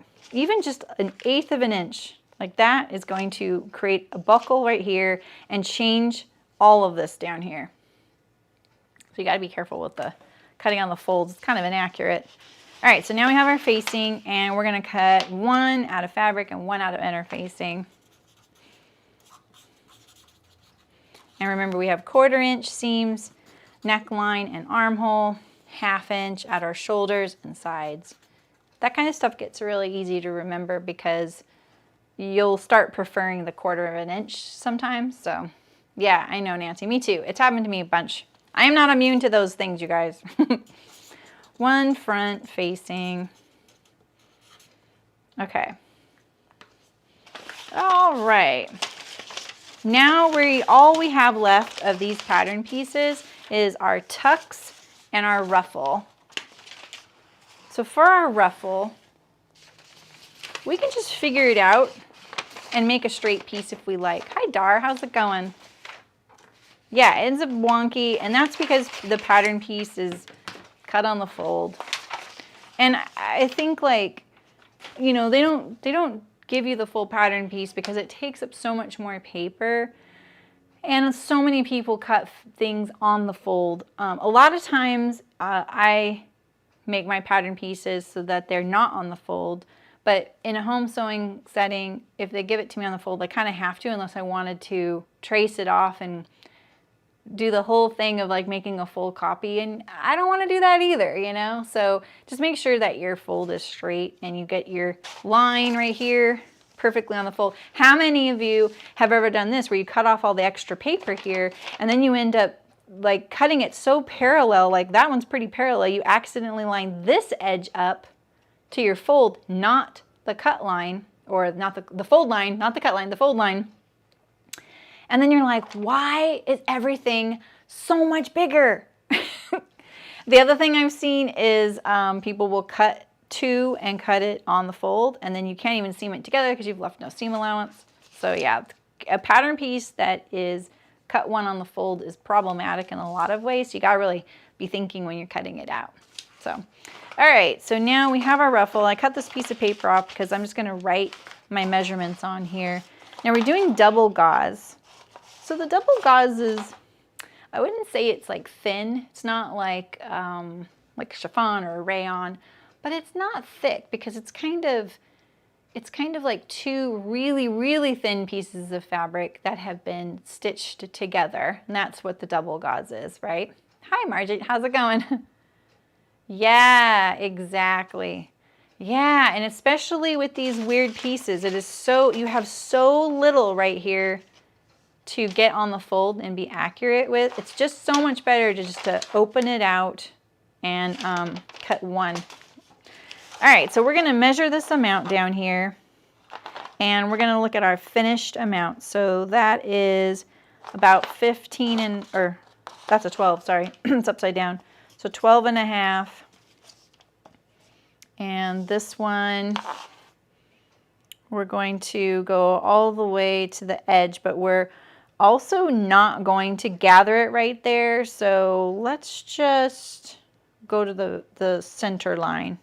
We'll kind of split the difference. All right, and this one's 12 and a half as well. So that means it's 25 inches in circumference. And so when you're adding gathers to something, usually folks look at it as in a ratio. So if you were using something really stiff, you might want to use a smaller ratio. So meaning if this is 25 inches, maybe you do it 1.25 times that amount to get your finished length. If it's something that's extremely lightweight and you just want really dense gathers, which is such a beautiful look as well, maybe you do double that. Now, you don't usually see the ratio going much over double because it gets really hard to fit it all in there. And I think we've all sewn that garment where we're like, whoa, I can't get all these gathers in here. And then you're cutting fabric off of your skirt just so you can fit it in there, you know? So I think 1.5 is a really good starting point. And then just know that, you know, anything more than that is going to be a little fuller. Anything less than that, it's barely anything. It'll just be kind of more like looking like this kind of doesn't gather a whole lot, right? Because it's not a separate band. This is a lot because this is probably, well, double, right? This is probably 2 times the amount and then there's nothing here. So it kind of is really subtle. It's so wrinkly. So we'll do 1.5. I think that'll be good for the double gauze. While the double gauze isn't very thick, it's not very drapey. It's very floaty, but it's a little bit stiff. I mean, it's not stiff, but I think if you've ever used double gauze, you kind of know what I mean. It's kind of an interesting fiber. I feel like it's really nice and airy and lightweight and floaty, but it's not very like swishy or flat. I feel like when I'm ironing it, it feels like I'm ironing a sponge. Like it feels kind of boingy, you know, and it doesn't really want to let go of the wrinkles. So I'm gonna do 1.5. So if we probably don't want this ruffle to be this one long, gigantic piece of fabric. So we'll just make one for the front and one for the back, which means that we're gonna have cut 2 for the back. So 2 ruffles for the back and 1 for the front. Hi, Tammy, nice to see you. I mean, I've been just drafting this pattern, so I'm making some Pintucks. Here, let me show you for anyone who's joined late. I am making this shirt pattern into the sleeveless one on the right. So it's going to have the pin tucks, it's sleeveless, one-piece facing, button placket, and a ruffle. And so far I've done everything but the ruffle and the pleats, pin tucks. And I'm doing this using elements that you can find in this book, The Act of Sewing. So you've missed the how to make a garment sleeveless and how to add a one-piece facing. It feels like I've hardly done anything, though. I feel like we've been busy.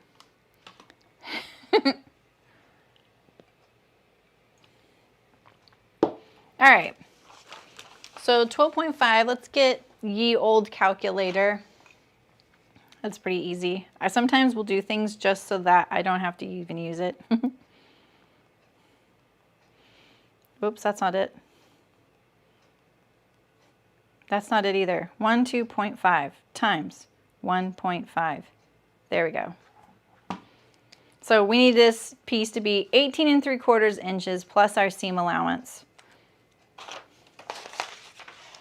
Yeah, right? Boingy is a good word for double gauze. It's kind of funny. Like, I actually really love the dress. The couple of dresses that I have made out of it, but I feel like the hems want to do whatever they want, and no matter how much I iron them, they look great, and then they just feel kind of like boing. They kind of do their own little thing. I don't know. People love that fabric, and I like it too. Plus seam allowance.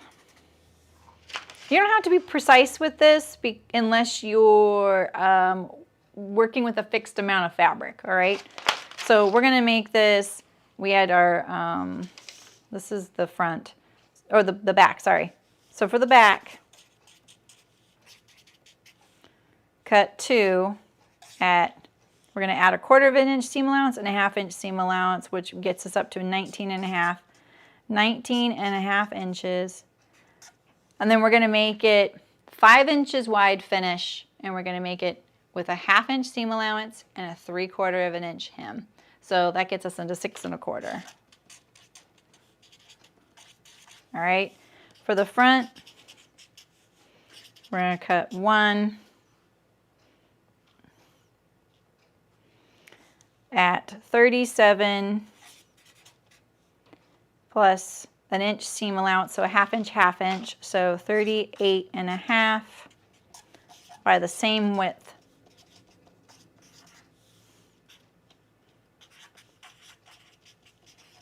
I do this so that it's like a pattern piece and I don't forget to do it, you know?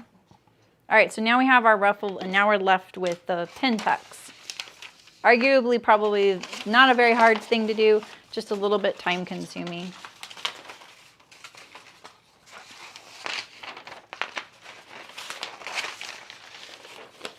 We're going to set these aside. I'm going to set you aside. And let's see. This pattern piece might be big enough. I don't know, though. Let's get a little bit of paper.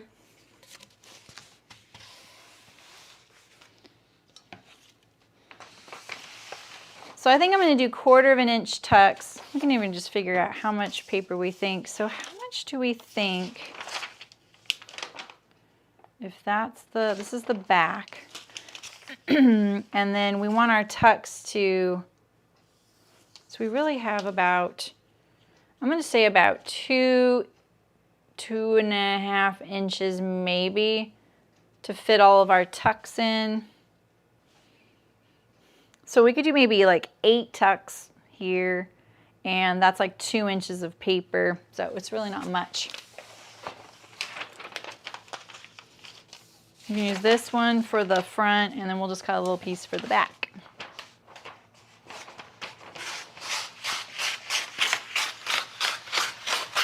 I'm not sure technically if these are considered pin tucks because they're about 1/4 of an inch wide. I think pin tucks are literally really, really tiny, you know? And if anyone wants some really good tuck inspiration, there's a gal on Instagram called Jane and the Pin Tucks, and she puts pin tucks in all kinds of garments. It's really fun. I love them. All right, so let's see. Now, there is a couple of ways you could do this. I am, Martina. I think we should, don't you? Yeah, why not? I mean, we don't have to, but why not? Let's put them on the back. I think it's fun, you know? All right, so when you're doing something like gathers or tucks, you need to have some clearance around what the elements are on the garment, right? So it's okay that they go through the seams, but you don't really want to deal with them in your placket. So don't put them in your placket here. And because this is our center, and that was our 1/2 inch extension, and we know our 1/2 inch, you know, this is where it overlaps, so this is the width of our placket. We want our tucks to start and be away from this edge here, right? So I think the old school way I would have done this is I would actually cut and add paper, cut, add paper, cut, and add paper. And then that way you can kind of maintain the integrity of your curve. And in some cases, this is actually really important to do it that way. But there are other ways where you could, you know, we could trace off our neckline, and then we'd have it as a reference like this. And then what we do is we just insert that amount in there, and then we tuck it up, and then we redraw the neckline in there when it's all tucked. So, and then trim it so that you have all the little shapes in your tucks as well. So I think we should experiment and do one way and one the other way, and just see how we feel and what we think would be faster and what we think was more accurate and which one we would do the next time. So on the back, we'll do it the way I'm thinking could be faster. I never assume something's going to be faster until I do it, because you just never know what kind of mayhem you might get into. So leave yourself a little piece of paper there. And let's look at this. How much clearance did they put? There's about a 1/2 inch. This is what I'm talking about. See, so you want this clearance on either side of your placket. You don't want your tuck right there. That would just be distracting and really weird, you know? You kind of want some clearance there. This is going to be on the back. It's going to be a nice detail though. And on the front, you know, look at that. They only have about the width of a tuck in between where they go one direction and the other direction. I hope this looks good on the front, you know, putting the tucks on the front. I think it'll be good. I think it'll be cute. Now I'm having trouble picturing it. All right, so let's put in our line. You know, I feel like, do I have another color pin? Here's a, oh yeah, I do. I don't know if you can see this. I'm gonna put a 3/8 inch line parallel to the finished edge of my placket right here. You can kind of see it. It's the screen line here. I'm going to cut my garment apart, my pattern piece here.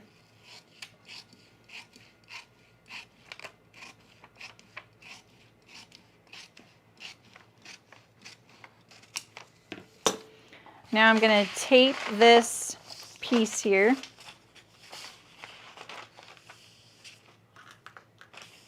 I feel like this is going to be kind of a weird way to do this, but I'm down for it.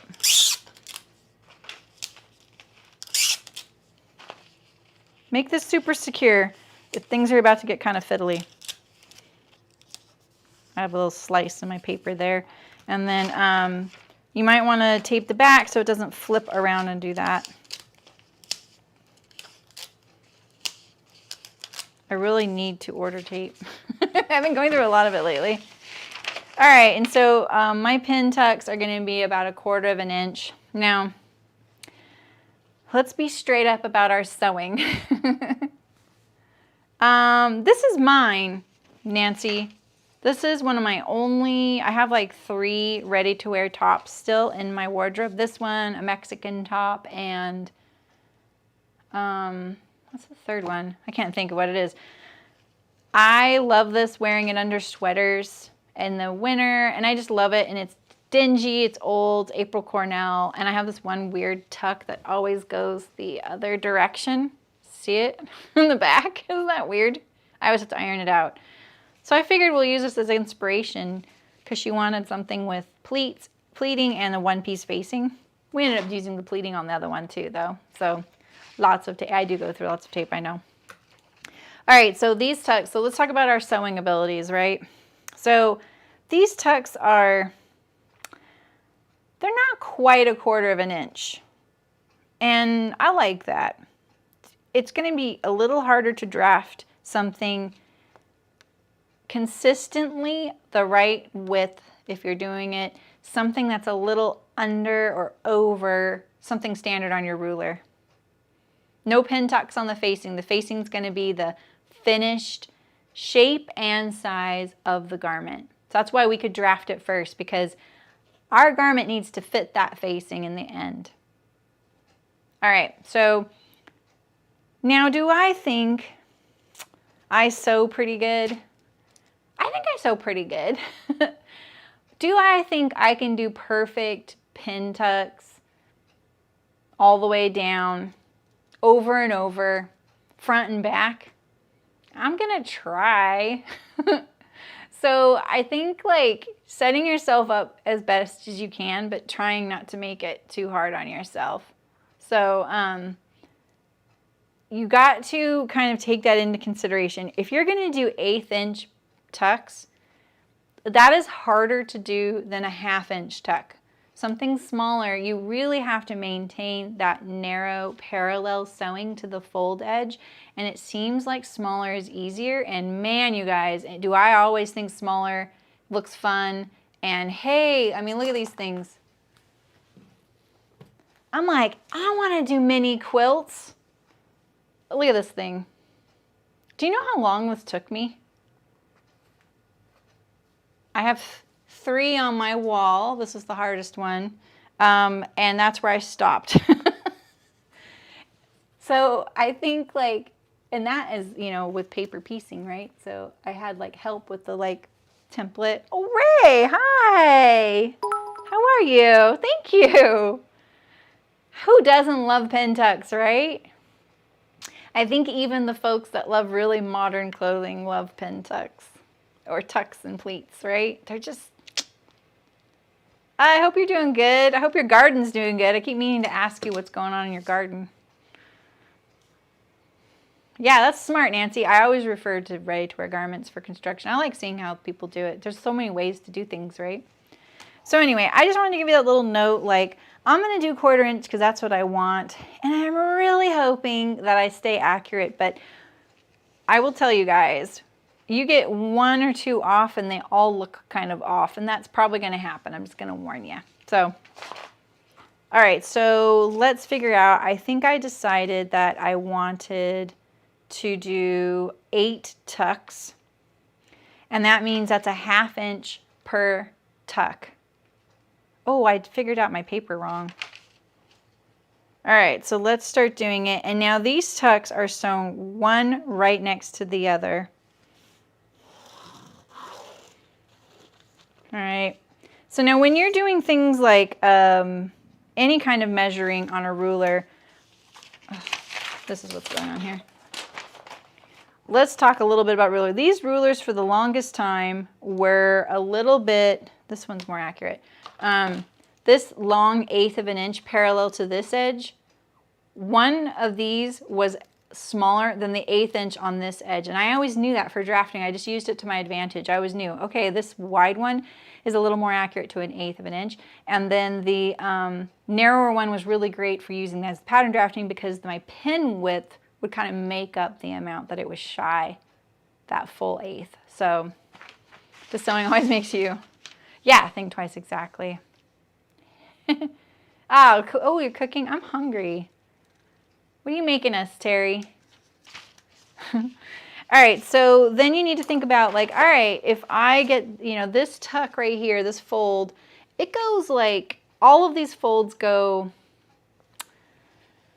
let's see if we're honest. I think the fold goes to the stitching. I would argue that the fold goes to the stitching. You can't really see the stitching of one tuck to the next, right?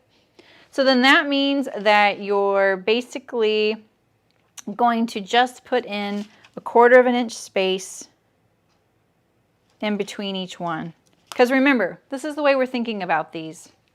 Everything that is a tuck is extra fabric. If these tucks weren't here and all you had was the distance in between, you just have a flat garment, right? So you need to add the amount in between. So all we're doing is adding this tuck. And so the way I'm doing it right now, I've sliced my pattern off. I'm going to add all the tucks. I'm going to take my pattern on, and then I'm going to adjust the neckline. And it's going to be tough. What? Chocolate cake? Yeah, exactly, Malin. Yeah, and that's another way to do that, too. Your guys want a chocolate cake, Terry? That's nice of you. No occasion necessary? I also recommend doing this with like a sharp pencil. It's more accurate. And so I'm going to put my parallel line, my 1/4 of an inch parallel line, kind of just to the left of this. And so let's, right here, this is a tuck right here. And then we're going to add our space. So our 1/4 of an inch space between tucks.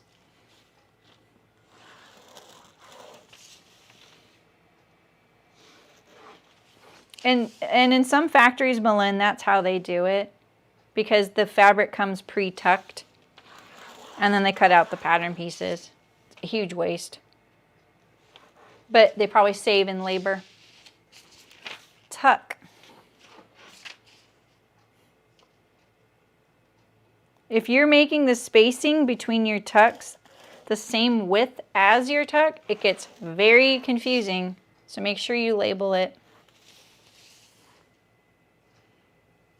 You get lost in the sauce mighty quick when you don't. So just try and keep this very logical to yourself. The tuck is extra fabric. If it wasn't there, then you'd have a nice flat garment, right? And then this is these little bits of the garment, right? So this 1/4 of an inch here is here. You know, it's like I'm going to remove these little spots here on here. Yeah, we're going to put notches for sure.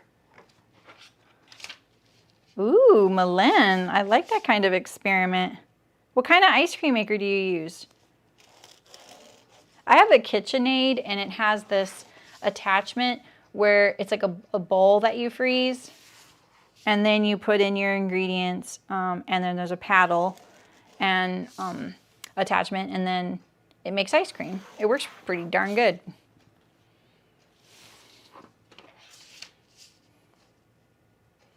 So we're just going to keep doing this. I said I wanted about 8, right? Because that's like 2 inches of tucks.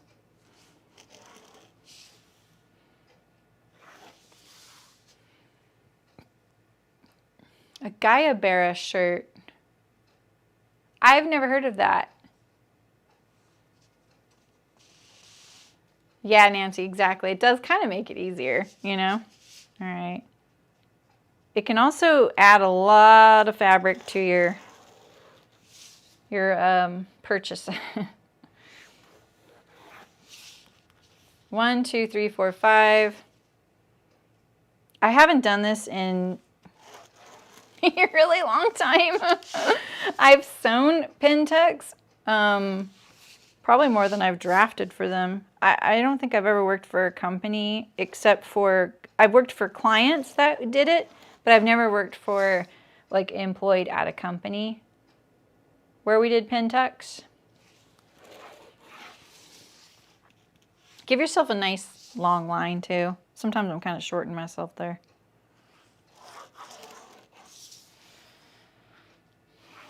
There's probably even easier straightforward ways to do this. I'd probably have to get back into it to remember. 1, 2, 3, 4, 5, 6, 7. One more.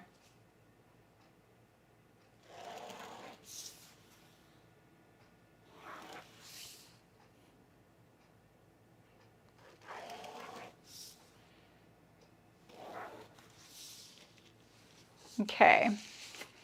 And so there's 1, 2, 3, 4, 5, 6, 7 spaces of 1/4 of an inch each. So we know that's about 1 3/4 of an inch. And then we're going to take that 1 3/4 of an inch off of the back here. It's going to be a little scary. We're trusting in math. Math reigns supreme, right? We'll just fold it back. We can cut it off, that's fine. I'm just gonna fold it back. Okay. Oh, and I need to trace my neckline. First of all, I need to trace my neckline. We need this as kind of like a template, but I do think that you can sew your tucks and then lay your pattern piece on there as well. Am I going to regret not having the armhole? I don't think so. All right, let's tape this back. I have some removable tape here. I use this when I may want to be able to lift it up and it won't damage anything. It's pretty cool. And it lasts for a long time. It's not like washi tape. Washi tape gives out over time. I reuse the same pieces over and over. So now if you didn't have a straight seam down here, you would have had to given yourself like kind of a landmark to know where to line things up. We're gonna just straighten this out a little bit. We have like a little bit of a curve down there. All right, and so now we're going to tape this back on there right up to that tuck line. Oh, okay, traditional Cuban mince. Oh. Yeah, so I've done a lot of the folkware sewing, like Cheesemakers smock and English poets blouse. There were 3 I did because I was really into Pintucks for a while. If you don't want to draft tucks and you kind of want those really cool traditional garments, the folkware has a lot with tucks. They're really fun. I was just telling the Tuesday Patreon Zoom about one I did once and then I donated it. And I just really wish I wouldn't have. It was made out of this beautiful Liberty of London lawn. God, it was so beautiful. And it's even like the photograph of me winning this design award is in that shirt. And I really wish I still had it because it would still fit me. And it had all these pin tucks down the sleeves and down the front. And I wore it with these cute pair of pants and oh well. All right, so now how are you going to get this curve here? Now, like I said, and like Melina said, you could just like cut out your piece here like this, do all your tucks, lay your neck down, lining it up, and then trim it. Now, if you were making this for a client, this pattern piece, you're going to have to very accurately fold all your tucks. And it's a little harder than you think because you also then need to start making a fold line down the middle of each tuck like this. We'll do it in pencil. You start getting a lot of lines,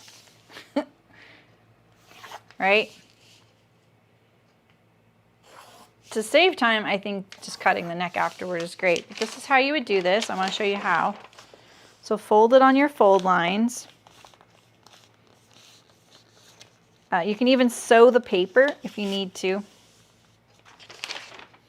What I'm going to do is fold each of these first and then fold them back, like the way they're going to lay down when they're done. Just get your fold lines in each of these first. It's a lot easier. Don't position them until you have all these folds in. Otherwise, you'll just be undoing your work. So get your folds in here, like this. And so now you're going to line that fold up to the next tuck, because we are much more accurate at folding paper sometimes than we are sewing. You know? And now do your next one, like this.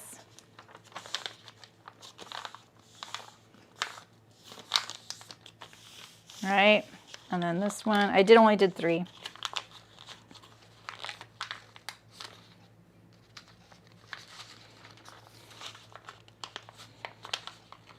There's so much tape here, it's like fighting me a little bit.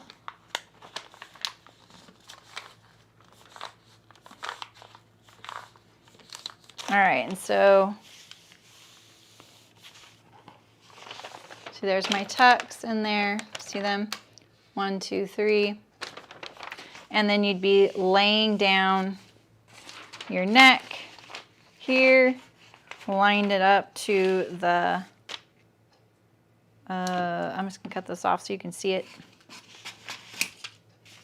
Line this up to that first edge, that first line we cut, because that was the line, right?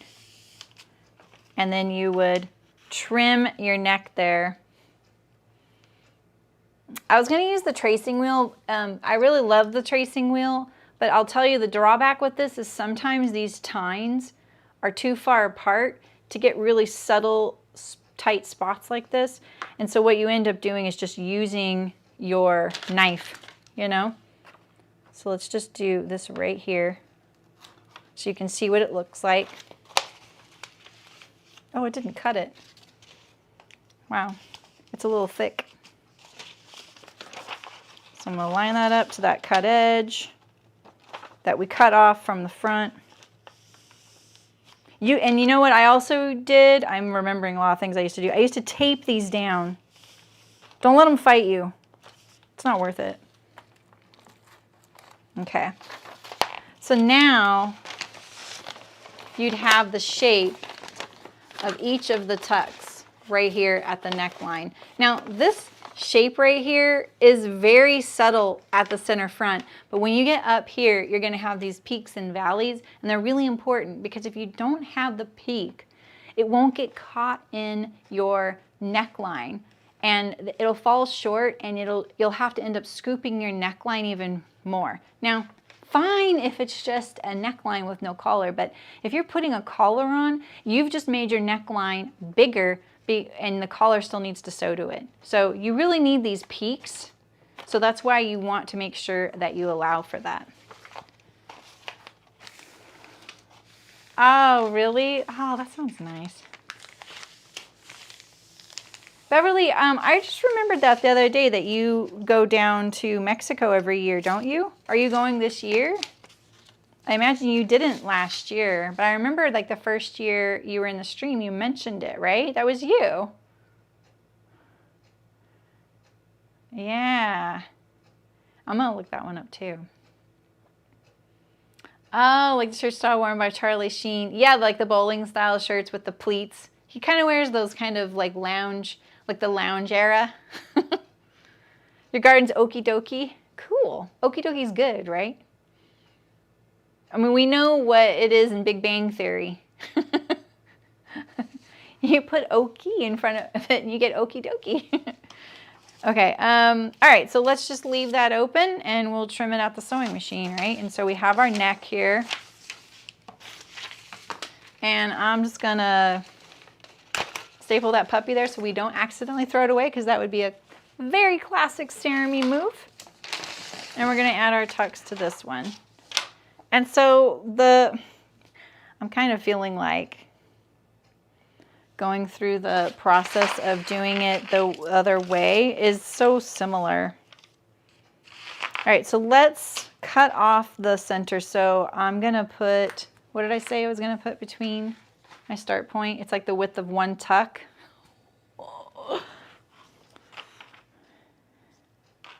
Wow. You know what I'm going to do? Instead of cutting off 1/8 of an inch right here, I'm just going to, what am I going to do? I was about to just add it, but that doesn't make sense. I'll just cut it here.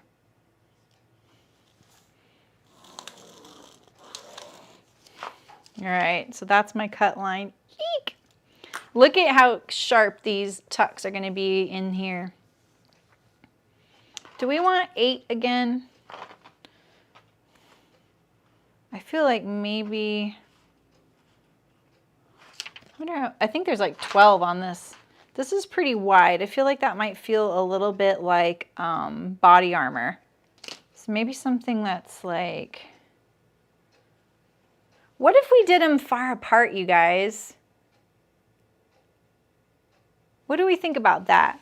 What if these tucks were more like here? Here's my center line. Do we like that?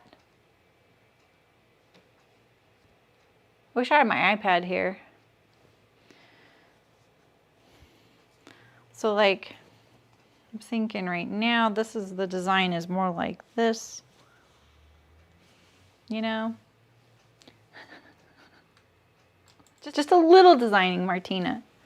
So this is the whole tuck panel.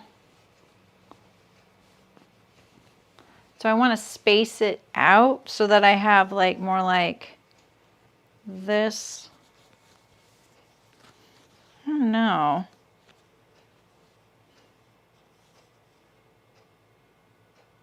I do think maybe I want 1 inch. I think 1 inch between would actually look nicer. This just looks too much like armor. Not far apart. Yeah, I think you're right.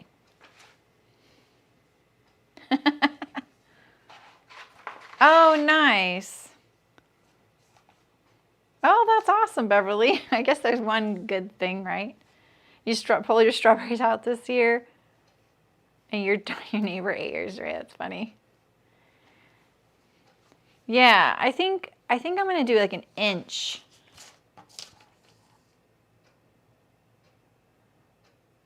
Well, here's the upshot. It's not my shirt, so we'll see how I like it, right?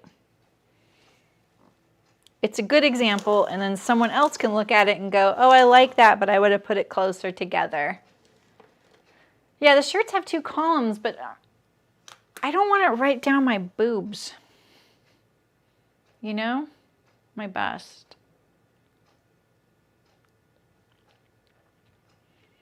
I want it to be delicate.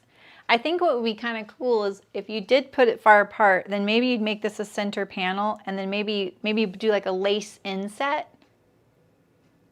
I think that'd be kind of neat. It should be pleasing. At first I had no opinion. That's funny, Terry. Okay, we'll do that. We'll do, I'm gonna do 1 inch apart. Yeah, all right, so let's cut that off. So I made a 1/2 inch parallel line to that fold here.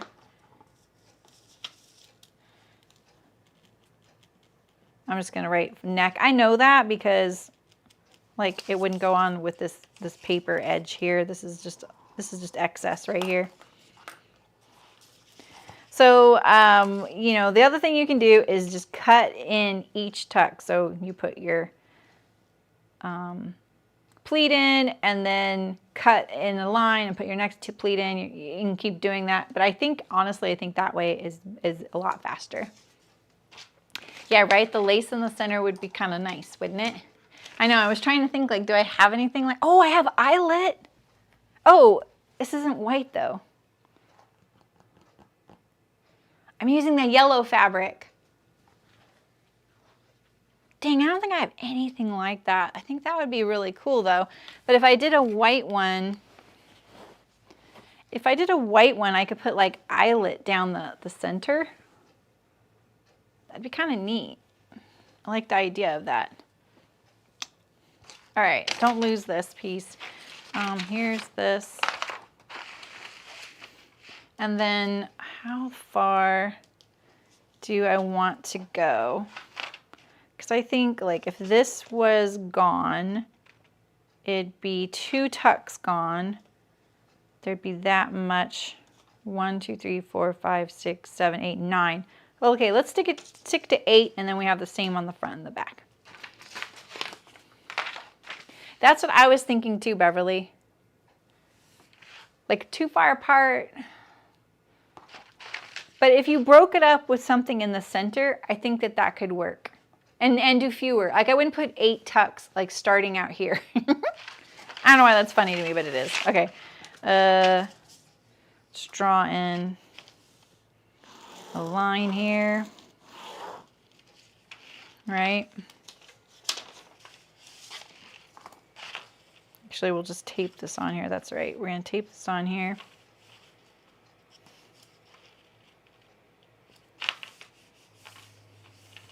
Make sure you get this nice and straight, because you already drew a line on there, but maybe if you didn't, you didn't have to.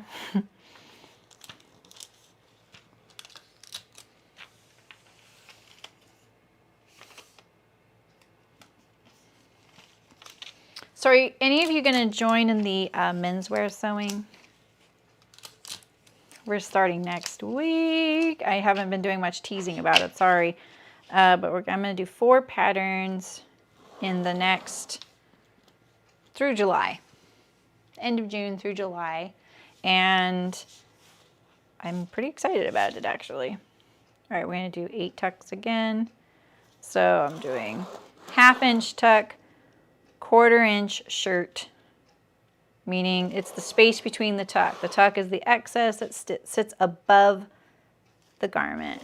All right, so we have 1/2 inch, 1/4 inch,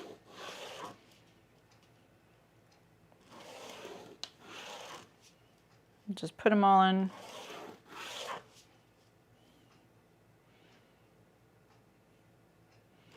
We've got to make sure we're really careful when we sew these in, because that one piece facing that we drafted is really going to hold our feet to the flames and make us stay accurate. 1. Oh, I'm off here. Why do I have 2 1/4 inch marks here? Did I really do that? Oh, man.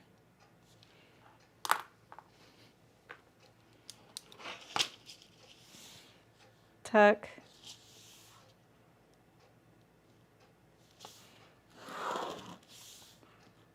Tuck.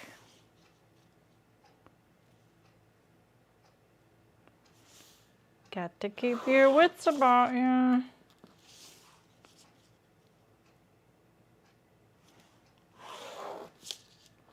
Tuck.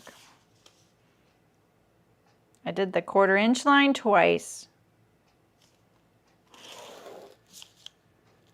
Tuck.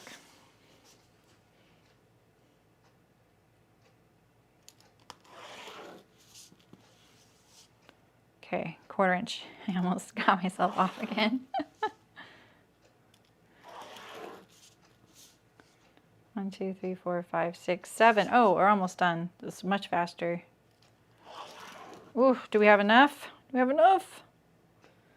Now remember, this isn't an inset that you're sewing into the garment, but they do that in production. Very often you'll see these pleated panels, and they pleated all the fabric, and then they cut and sewed it into the garment, so it's attached with the seam. And the reason I'm telling you that this isn't that is because, remember, you don't need to add seam allowance to this edge. That is the edge that's going to attach to that. So, right, so we need to remove the amount that's between these tucks off of our shirt here. So 1, 2, 3, 4, 5, 6, 7. Same as before. So that's 1 3/4 inches. That's 7 1/4 inches.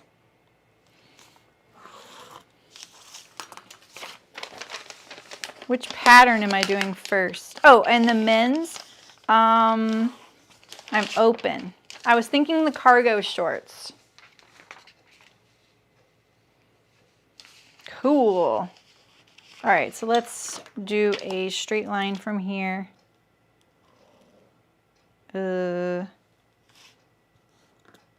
Why does that look like...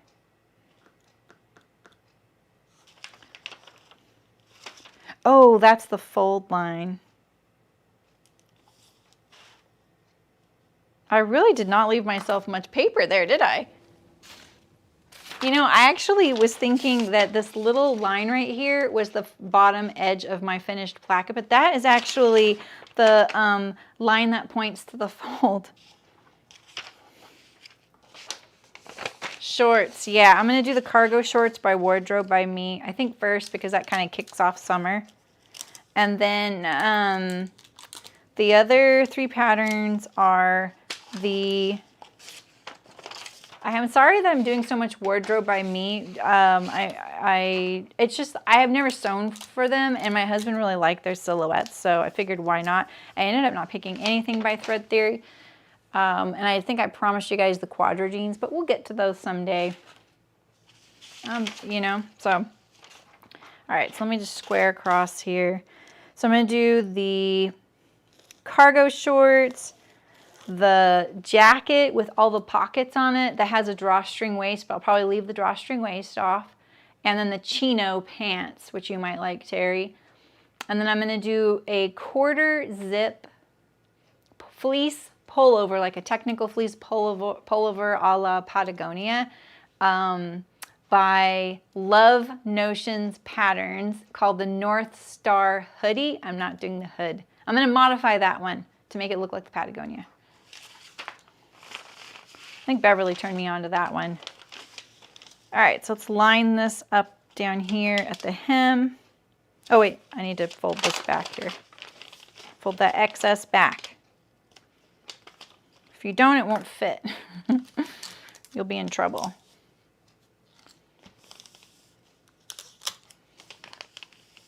This is the kind of thing that you feel really good when all your lines are still, even just taping this on lines up, you're like, all right, okay, I stayed on track. You know what I mean? Like, my ballpoint pen didn't fail me, because the ballpoint pen's kind of fat for something like this kind of narrow, precise drafting. Using a hard lead pencil is the best for drafting, because the lead stays sharper longer when it's hard lead, and it stays more precise. You get a point for a lot longer. But it's more satisfying to use like soft lead, because it does like nice fat graphite, you know, lines, you know. So I get it, I get it. All right, let me trim this off down here. We don't have the shaping down here because it's a straight line. But if you were doing this on a pattern that has a curve down here, you'd have to do the same kind of peaks and valleys that you do on the top. All right, so we'll cut it out like this. I forgot to trace off my neckline. Boo. Boo. We need some paper now. I don't think this is big enough.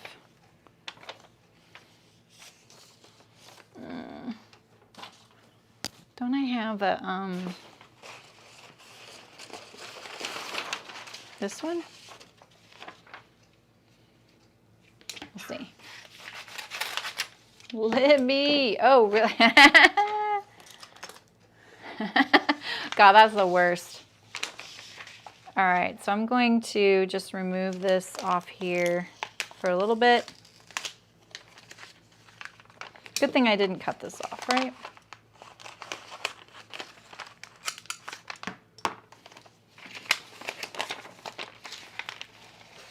All right, let's just get our neckline here traced off.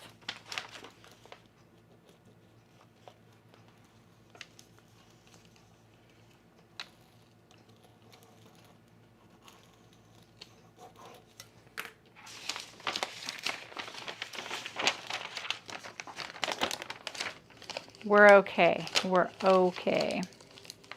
All right. All right. Guess what? Buttercup, I think we're ready to cut this out.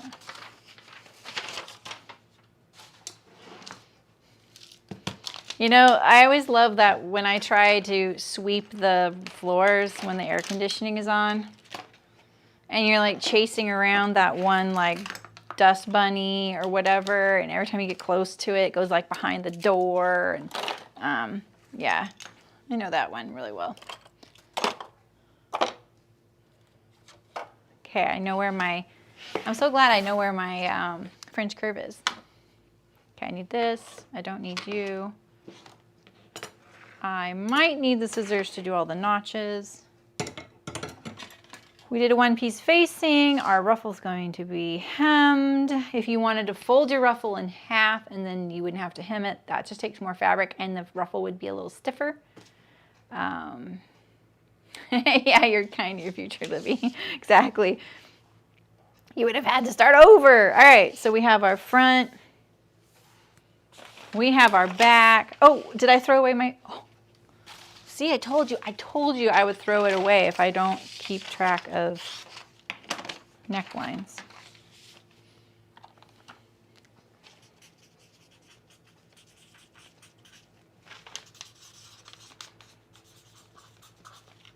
I know myself. All right, so let's take this off. We're gonna put these at the bottom of our bin. We have our facing, we have our ruffle, and I'm just gonna put this in the bottom of our bin here for when we go to sew it. We'll put the shirt in there just in case we need it to talk about it. I need to get more organizing bins for fabric.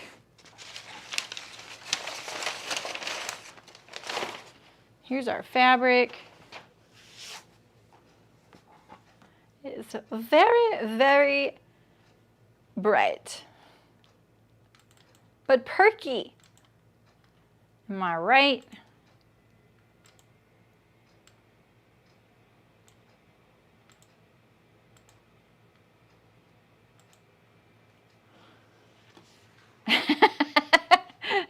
Beverly. Yeah, they teach you that in design school. Isn't that interesting? Like how to use your rulers. It's a tool.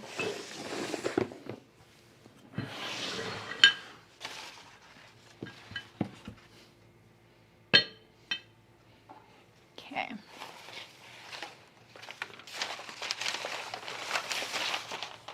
All right, let's fold this a little bit narrower. I always do accordion fold like this. I'm just gonna do it a little narrower for sitting at the end of my table. There's a ton of fabric here. And all right, so here is a very, very, very good example of how it wasn't cut on the grain. Did anyone watch my Friday sews where I kind of ranted about that? And I rant about this occasionally. So if all these selvages, I ironed this whole piece of fabric and then I folded it so that the selvages were parallel and there's no diagonal lines of torquing. When people tell me you don't lose fabric when they do this, they're absolutely 100% wrong. I don't make any bones about it because this right here is the cut, right? So so here's the other argument. People will say, but they measured it on the fold. So you got your 2 yards or whatever it is, right? That's not true because you lost all of this.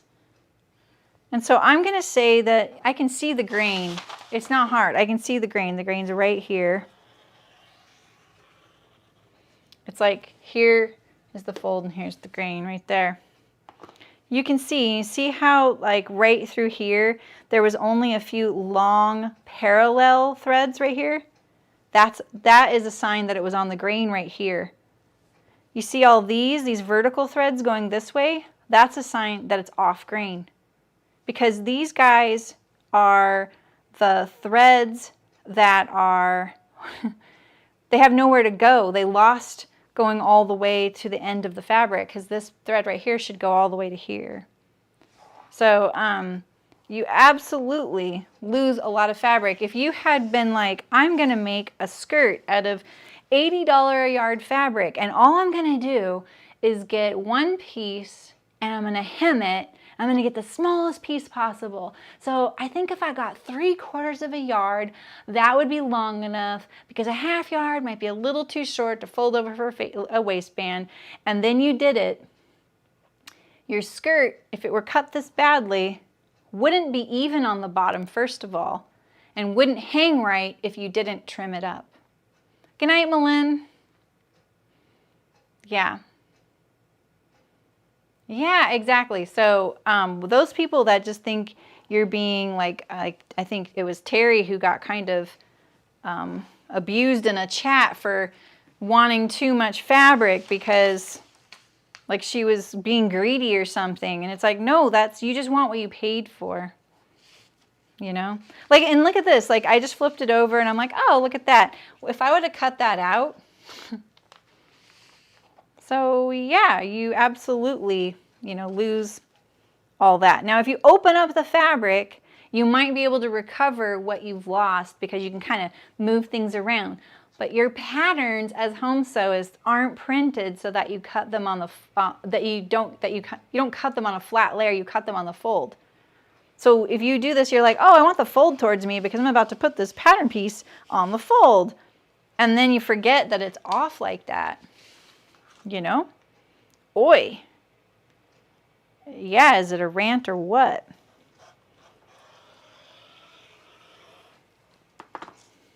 They get it? Almost. Yeah, that's pretty good. Yeah, they were wrong. Hi, Barbara.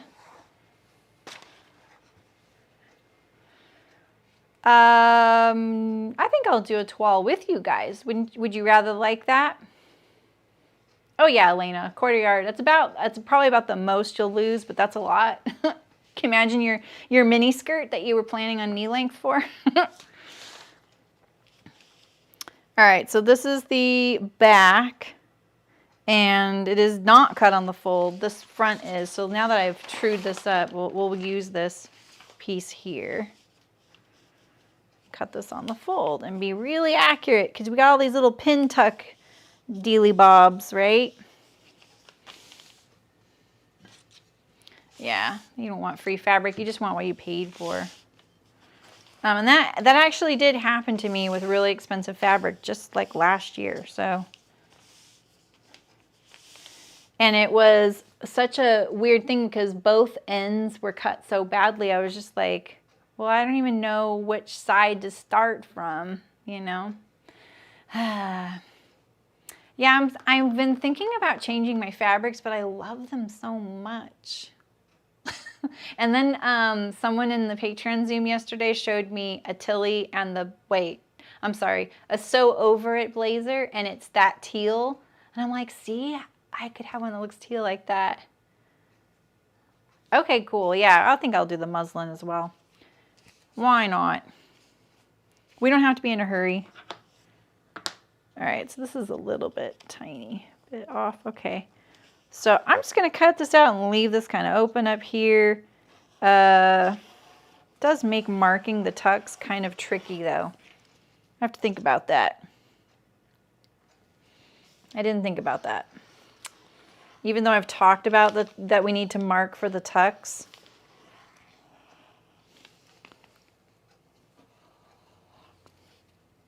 I'm being a little cavalier cutting this out, honestly. I probably would have prepared this to use less fabric, you know. So right here is my center front neck right here.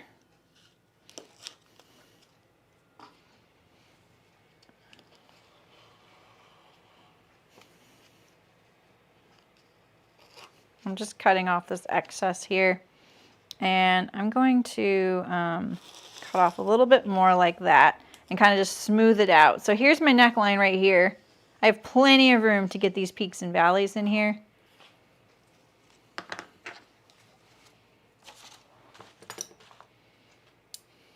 And then I'm going to snip into my fabric a little bit. Remember, I only have 1/4 inch seam allowance, so I got to be really careful.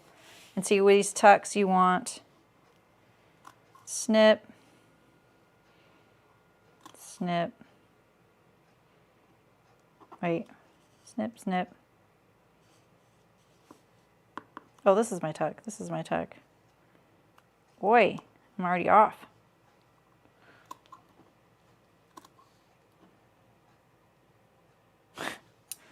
I need to draw it. I'm getting confused here, looking at it upside down. Here, here, here, here, here, here.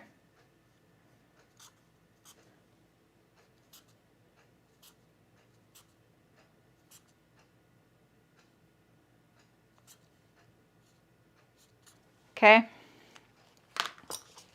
Don't confuse yourself like Sarah. In fact, what I'll do is, I'm gonna get a marker. I'm in the seam allowance anyway. Oh, I was thinking about after I eat, coming back and painting the rug. Hi, Margarita. Welcome from Greece. All right, so I'm going to remark these right here with my little Crayola marker, since I got these tucks a little bit off. That one, and then this one. So you're gonna have two close together, and then a 1/2 inch. All right, now I can go back to my snips.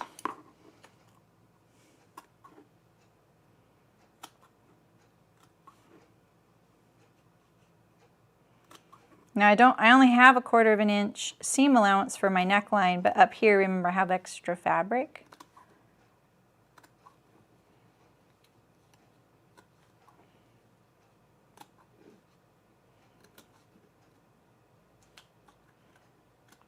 All right, let's do the bottom.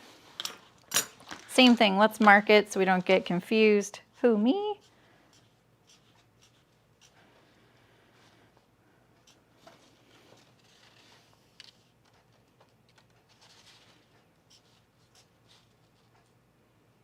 I'm getting confused. Tuck, tuck, tuck, tuck.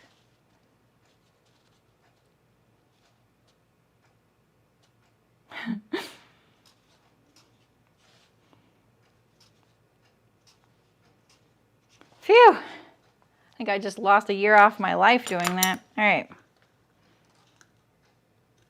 Maybe we should make sure. What do we think? Let's see. Tuck, tuck, tuck. Whatever it takes to keep things straight. That's my motto.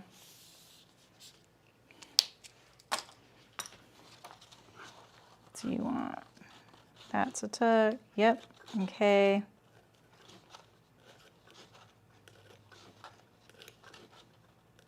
This is a 1/2 inch seam allowance here, so we can make sure our tuck, our little notching here is very visible. You really want to make sure you get all of your layers notched, because you don't want to have to figure this out at your sewing machine. That's kind of the worst. So just make sure, pick it up and make sure, all right, I've got all my layers got marked here. You know what I mean? Make sure. Don't be that person that has to sit there and go, oh crap, I don't know. All right, so we have our front.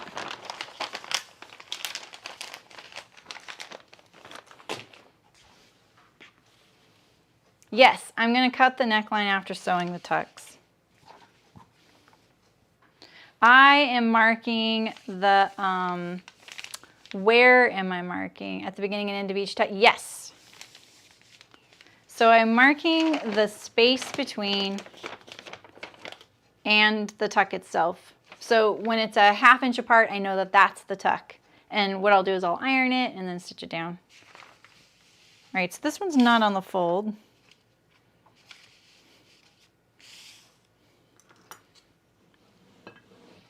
I'm just kind of like, can I get a better use of the fabric?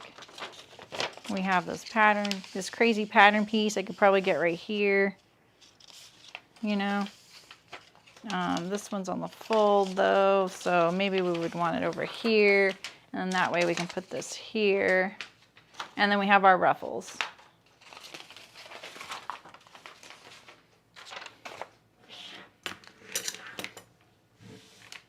Oh, isn't this fabric great? Yeah, this isn't mine actually. This is the gal who sent me this book to sew from. This is from her stash, and her stash is pretty cool. We just did this color block top, and man, I think it was pretty fun. All right, let's get it parallel to the fold so we know it's on grain. That will help your tucks sew really nicely if you keep your cutting on the grain.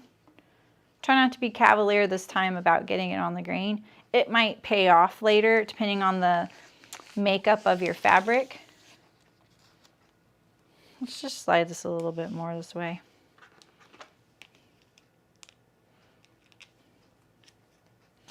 I was thinking I could get my back facing there, but you know, I think we have enough fabric no matter what. All right, so we've got this. This one's a little bit rumpled since we did a little bit of the markings by folding it, so it's a little bit rumpled.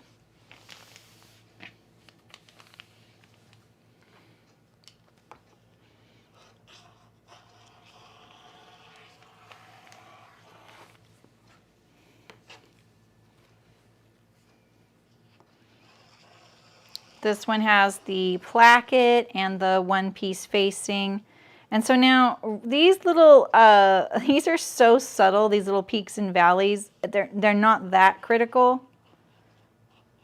You may need your scissors to cut this kind of stuff rather than using a rotary knife.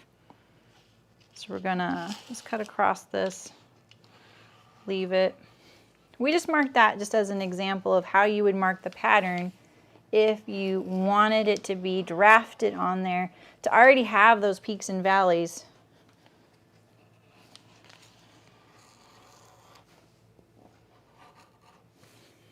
All right, I think that this, yeah, might still be attached here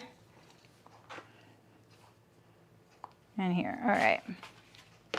All right, same thing.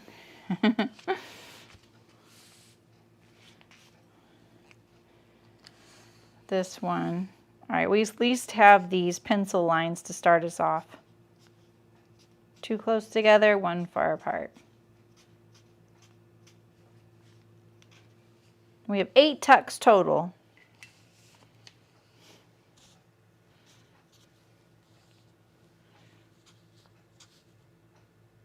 No. This one. This one.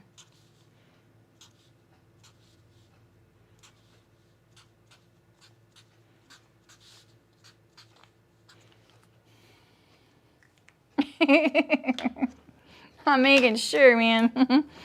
Okay. Now, we have this placket here. So if you want your center notch for your placket overlap, you can put it. Personally, I know in the back of my head that it's a 1/2 inch extension so that I know a 1/2 inch away from the finished edge, that's where my placket's going to overlap, and it's overlapping about 1 inch. And that's all I need to know. Because once this is all sewn, you won't have any of those notches to look at, so they're not really necessary as far as helping you sew because they're going to be gone. So just knowing what the overlap is really what you need to remember. I know patterns mark that, and I think that that's really helpful because then you know, oh, okay, I see they have 1 1/4 inch overlap here or whatever. So it is really nice when you know what the pattern company has allowed, but it's gonna be kind of gone by the time you get to actually marking your buttons and buttonholes and figuring out the overlap.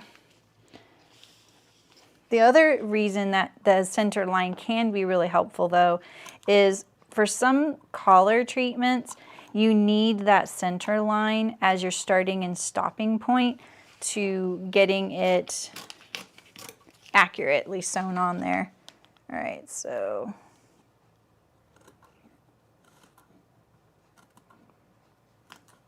doesn't matter that this line up here is crooked because we're going to be folding perfectly straight, in quotes, tucks. All right.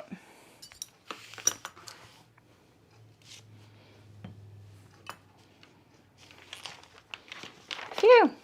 All of the hard stuff. Look at that wrinkle. What the heck? Look at that huge wrinkle. Well, that's going to be a problem. What the heck? All right, I'll fix this off camera, but look at this. If I flatten that out, look at that. I have to figure that out, or fix that. We'll set this aside so we remember to do that. I ironed it too. All right, we just need to cut out our facings and our ruffle. And I was gonna see about getting my facing here, but actually I think that that's a waste of fabric. So let's put it out here towards the selvage. And then we're gonna leave space here to put it on the fold. But I'm gonna open it up and cut it so that we're perfectly accurate. And I'll cut some interfacing for this off camera, and maybe trying to decide if I want to use fusible or fabric. I think with double gauze, just fabric and not using fusible might go with the fabric structure better. Because this fabric is a little bit hard to beat into submission when it doesn't want to be. So sometimes just letting it kind of float and do its thing, just trying to be as accurate as possible in the beginning, that might be easier in the long run. All right, so we're gonna put this piece here, which is our all-in-one placket, and then this one here. And I'm just going to cut this piece off right now. Like that. I kind of lost the grain line doing that, but we'll just make sure we have that fold line pretty prominent. I can see the grain line on this. It's not impossible. Double gauze is a pretty easy weave to see.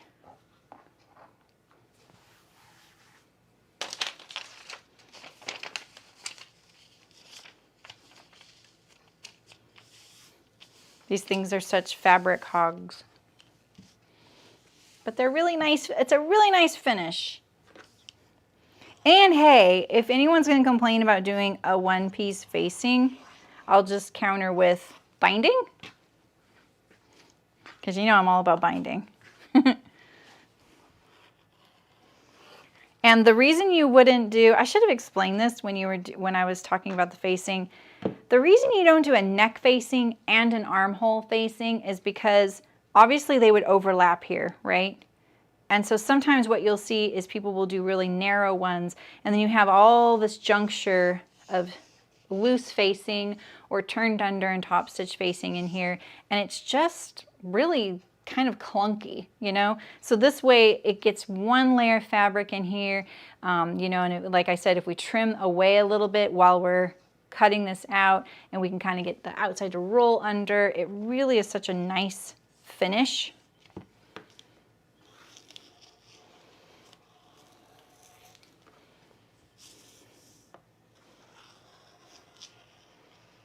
I'm going to trim it off in just a second.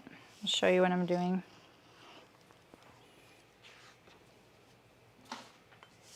You guys are so quiet today. I mean, it's Wednesday. It's like Monday for us, right? It's the Monday stream. It's my Tuesday.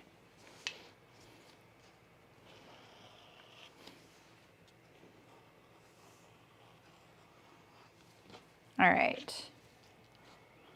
I think you should mark your center at the neck. You don't need to at the bottom. Don't do that. It's a waste, and you'll put a cut in your edge there. All right, so here's this little, we can fold it in half and do it at the same, each layer, or both layers at the same time. It's fine. Now that we know we've cut it out pretty accurately, especially right here, that's important. So let's just trim a sliver off this edge here, and I'm gonna leave it the same at this shoulder point up here. We're just gonna trim a tiny little bit here, like a 1/16 of an inch. And we're gonna trim a little bit here too, to nothing at that neck up there, just a little bit. And then that way we know it's a little smaller and it'll be less likely to creep to the outside, all right?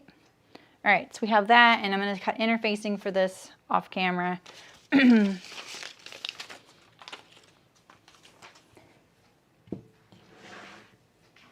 All right, and now we have this piece here, which is kind of a big piece.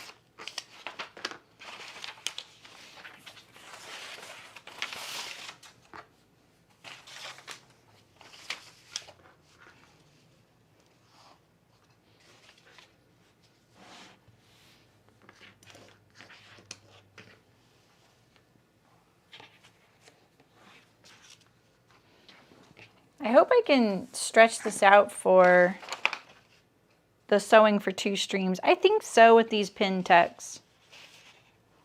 Trying to get rid of this wrinkle so I don't have the same thing happen. That's so funny, just pulling it, it didn't even budge. I had to lift it up. Man, the double gauze is like stubborn. All right, let's just fit this in here. Get it parallel to the selvage. Get your selvage straight, that helps a little bit.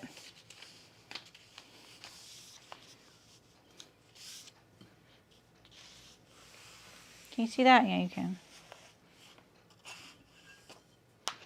All right, whatever seam allowance there. I still left that 3/4 of an inch seam or hem allowance on the bottom.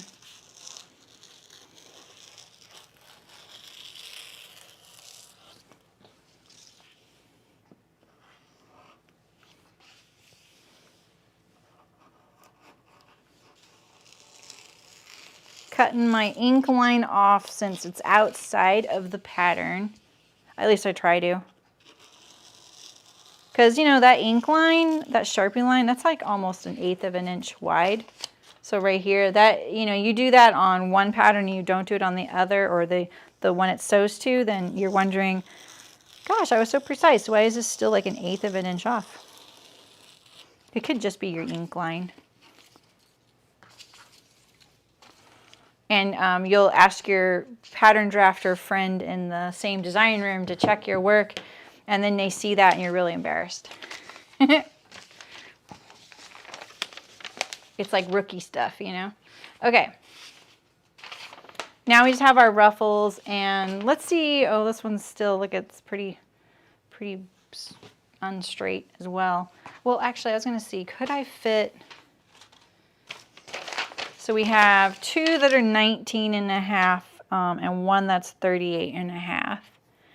Depending on the print, you can do this on the length grain. You just remember that that's 90 degrees different to how it's sewing to the bodice. So if you have stripes, then your stripes will be a different direction, and maybe you want that and maybe you don't. So it's just something to think about. All right, so let's... I think I'll lose less if I go to this side here and true this up here. I can feel the grain as I cut it. It's so obvious.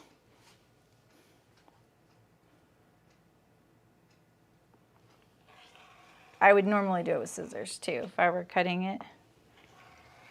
Right there. Got a little bit of folds there, so there's like a little tuck. See you, Martina. Thanks for coming. I know, it's getting kind of late. I'm almost done. Your neck facing is creeping out, so I have to copy the actual dress line and recut a facing. That's not, don't ever apologize for asking a question no matter what you think it is. That's a great question. So if your facing is creeping out, you don't have to recut anything, but what you can do if you want is, and you can't understitch it, because that's the other thing, is like understitching this one piece facing is going to be really hard because we won't be able to get up into the shoulder. But if you're just doing like a facing around a neckline or something, you can understitch it. So clip your curve really well and then understitch it, which means you press the seam allowance towards the facing and stitch it down kind of close to the seam edge. And if you're doing something that you can remove, what you can do is take the facing off and then trim away a little excess. But if it's a facing like to a neckline or an armhole, don't do that. You don't need to do that. Just clip it, understitch it, press it, and then turn it back. And I have a video that I think it's called how to sew a facing to a neckline. And I talk a lot about that, and it's a shorter video. You can even like put it on double speed. So that is where you can just check that out. Because if you're just doing like a facing to one edge, not this one piece thing, because this one piece thing is a little bit unique. It's not unique, but it's not as common, you know. That's what I would do. I don't think you need to recut anything. It's probably just like clipping that curve, understitching it, and then pressing the facing to the inside like this. So here's this facing here. I stitched this facing down to the garment. But if you're not, you don't want it to flip to the outside, but you can see how I left a little bit of the outside fabric showing. So I clipped this edge. If this was up and you can see the raw edges, I clipped like this. I pressed the seam allowance towards the facing, and then I stitched really close, like, you know, about 1/8 of an inch away. I don't know if you're doing imperial or metric, but you can kind of see kind of close there. And then when I pressed the facing to the inside of the garment, I try and let a little bit of the fabric show. This is kind of a lot right here, but that's what it wanted to do. So I just let it do that. You'll see it's less like right here at this tighter curve, you know? Yeah, try your neckline clipping a little closer together. If it's a really severe curve, the more you're going to need more clips. Exactly, Ray. All questions are welcome here. Can I ask questions too? Because I have some. Today we had a male deer in our yard. That doesn't sound that unique, but it's really funny. Like I've told you guys, we've had bobcats, coyote. I know a mountain lion's around occasionally. And then we have, you know, possums, raccoons, foxes. There's a fox and babies living on our property right now. Tons of birds. Like, we have everything. Never seen a deer until recently, which is so funny because deer are usually just so common in that area. We have this really young male deer. He has only antlers, but no prongs, and they're still fuzzy. And he couldn't figure out, he went into our little old garden area where the solar panels are, and he was like eating all the weeds down to the nubs. There's like 2 weeds in there, and he was eating down to the nubs. And then Michael went to see where he went because I saw him run across the back of the solar panels, and he was like, oh, I heard him like get caught up. He doesn't have a path, like there's no opening. And so then he went back out the garden to the back of our house, and he went over this metal gate and broke the whole metal gate, and it was laying down on the ground, the poor guy. So, night, Ursula, sleep well. All right, so let me get my ruffles done. My voice is going too, so I gotta get going. So, you know, sometimes you can just, you know, like this is pretty much the width of all my ruffles here. So let's just cut a bunch of 6 1/4 inch wide strips. Sometimes I just make it easy on myself like this. In fact, we can do this, this one.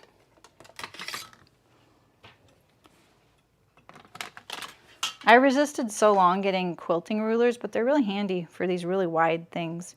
Really nice for making the bin. So yeah, this fold wasn't perpendicular. I just pulled it over. It doesn't mean I didn't cut on the grain. It just isn't laid down right. I didn't do a very good job of that. All right, so then we're gonna cut a parallel. These are my ruffles that are gonna go on the bottom. And I still need to deal with the length. We just need 2 strips because one of these is cut in 2 and the other one is on the fold. Autocorrect. When is autocorrect helpful? Rayanne messaged me yesterday, and this little lost dog wandered into her life, and she was like trying to find its owner, but you know, of course, like if they couldn't, she was like trying to convince her boyfriend if they could keep it. And she wanted to name it Gansey, which is after this character in this book series we both really love. And it would not type that to save my life. It would type Gander or Ganesh. I was like, well, at least we know now like what it's going to autocorrect to every time you type her name. And spoiler alert, which is a good spoiler, she did find its home. The dog was a known wanderer, and the animal control knew her by description over the phone. So she got home. All right, so we have 2 that are 19.5 and 1 that's 38.5, which is 19.25 inches on the fold. So 18. We don't have to be perfectly, you know, precise on something like this because it's a ruffle. We're not pleating it. I always try and make sure that both edges, though, are the same, especially with this double gauze, or maybe, you know, the fact that I'm cutting it kind of on the fly here. I just use my cuts as a guide. I do this a lot. I don't know if you can see. Yeah, you can see. Rather than just continuing to measure and measure. All right, so that's the one on the fold, and let's put a notch at one center point. We don't need it at the bottom because that's the hem. Put it in the bin. Don't think it's scrap. Who would do that? And then this one is 19.5. So that's 19.5. So it's about the same.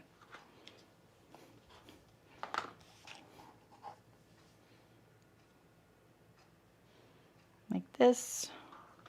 You can even use your ruler. There we go. Okay, and then this one doesn't need a notch because it's 2 pieces. All right, so we have all our pieces now. This is scrap, scrap, scrap.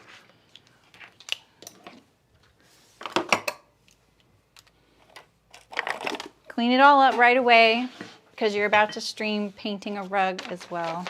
Yeah, a known wanderer. Isn't that funny? Yeah, she looked pretty dingy though, like she'd been wandering for a while. All right, so we're ready to sew. Here's our color block top that we did last week from this book. And then this is going to look like the one we drafted today is going to look like the sleeveless top on the right with the tucks, all on facing, ruffle at the bottom that you just saw me draft. And then I'm going to show you a nifty little way to do the hem on that too, the hem and the placket. The thing I was trying to show you with that one garment, whatever that was. I can't remember what that was. So, all right, well, I will probably be live again this afternoon to paint my rugs that I sewed for my bathroom. If you want to join me, it'll probably be a quick stream. Who was it that gave me the tips on using a little less is more? So I have no idea what to expect. All I have is an apron, something to protect my table, the tub of stuff, paintbrush, and my rugs that I sewed. So it should be interesting, and then I can at least get them down in my bathroom, which is exciting as well. So cool. Well, that was fun. That was a lot of drafting. You guys kept up. I'm glad. I'll see you guys soon, hopefully. If you like what you see, please subscribe. And definitely like the video if you want. There's a little more about me in the description. Usually all videos they're in playlists on my YouTube channel, but if you're looking for like, oh, did she sew this garment? Just go to the website, sew.live. Go to the website, and then you can search in the bar if I've done that garment. It's so much easier. And then if you'll find a little project profile, and it has all the links to the videos there. So it's one place you can just kind of keep it in your browser, and then that way you know where to find part 1, part 2, the cutting video, the sewing video, things like that. So that is the best way to find out, because I've sewn a lot of things now on here. I think we could be getting close to our 600th video. I just haven't taken the time to count. I know it's well over 500. I don't know how well over though. And I'm also getting close to 10,000 subscribers. So if you aren't subscribed, I really appreciate it, because that's kind of a cool milestone, because my 3-year anniversary is coming up next month. No, in August. In August. I was thinking it's already July. No, we're doing menswear starting next week, because I'm kind of starting it at the kind of early. So, all right, you guys. I'll see you guys soon. Thanks for coming. And, you know, let Sonia know you're liking what you see, because I'm sure she'd love to hear if you're liking her book, you know. And I'll see you guys soon. I'll be back here tomorrow sewing up the sleeveless top. So it'll be fun. We'll probably do all the tucks first, and then we'll sew it together. It'll go pretty quick once all the tucks are sewn. So, all right, guys. Nice, Marcy. Yeah, right. I know. I've been really terrible at doing the timestamps too. I'm really sorry. That's just the one thing that kind of is, I just can't do those all the time. I can't rewatch the stream every time. So, all right, you guys, I'll talk to you later.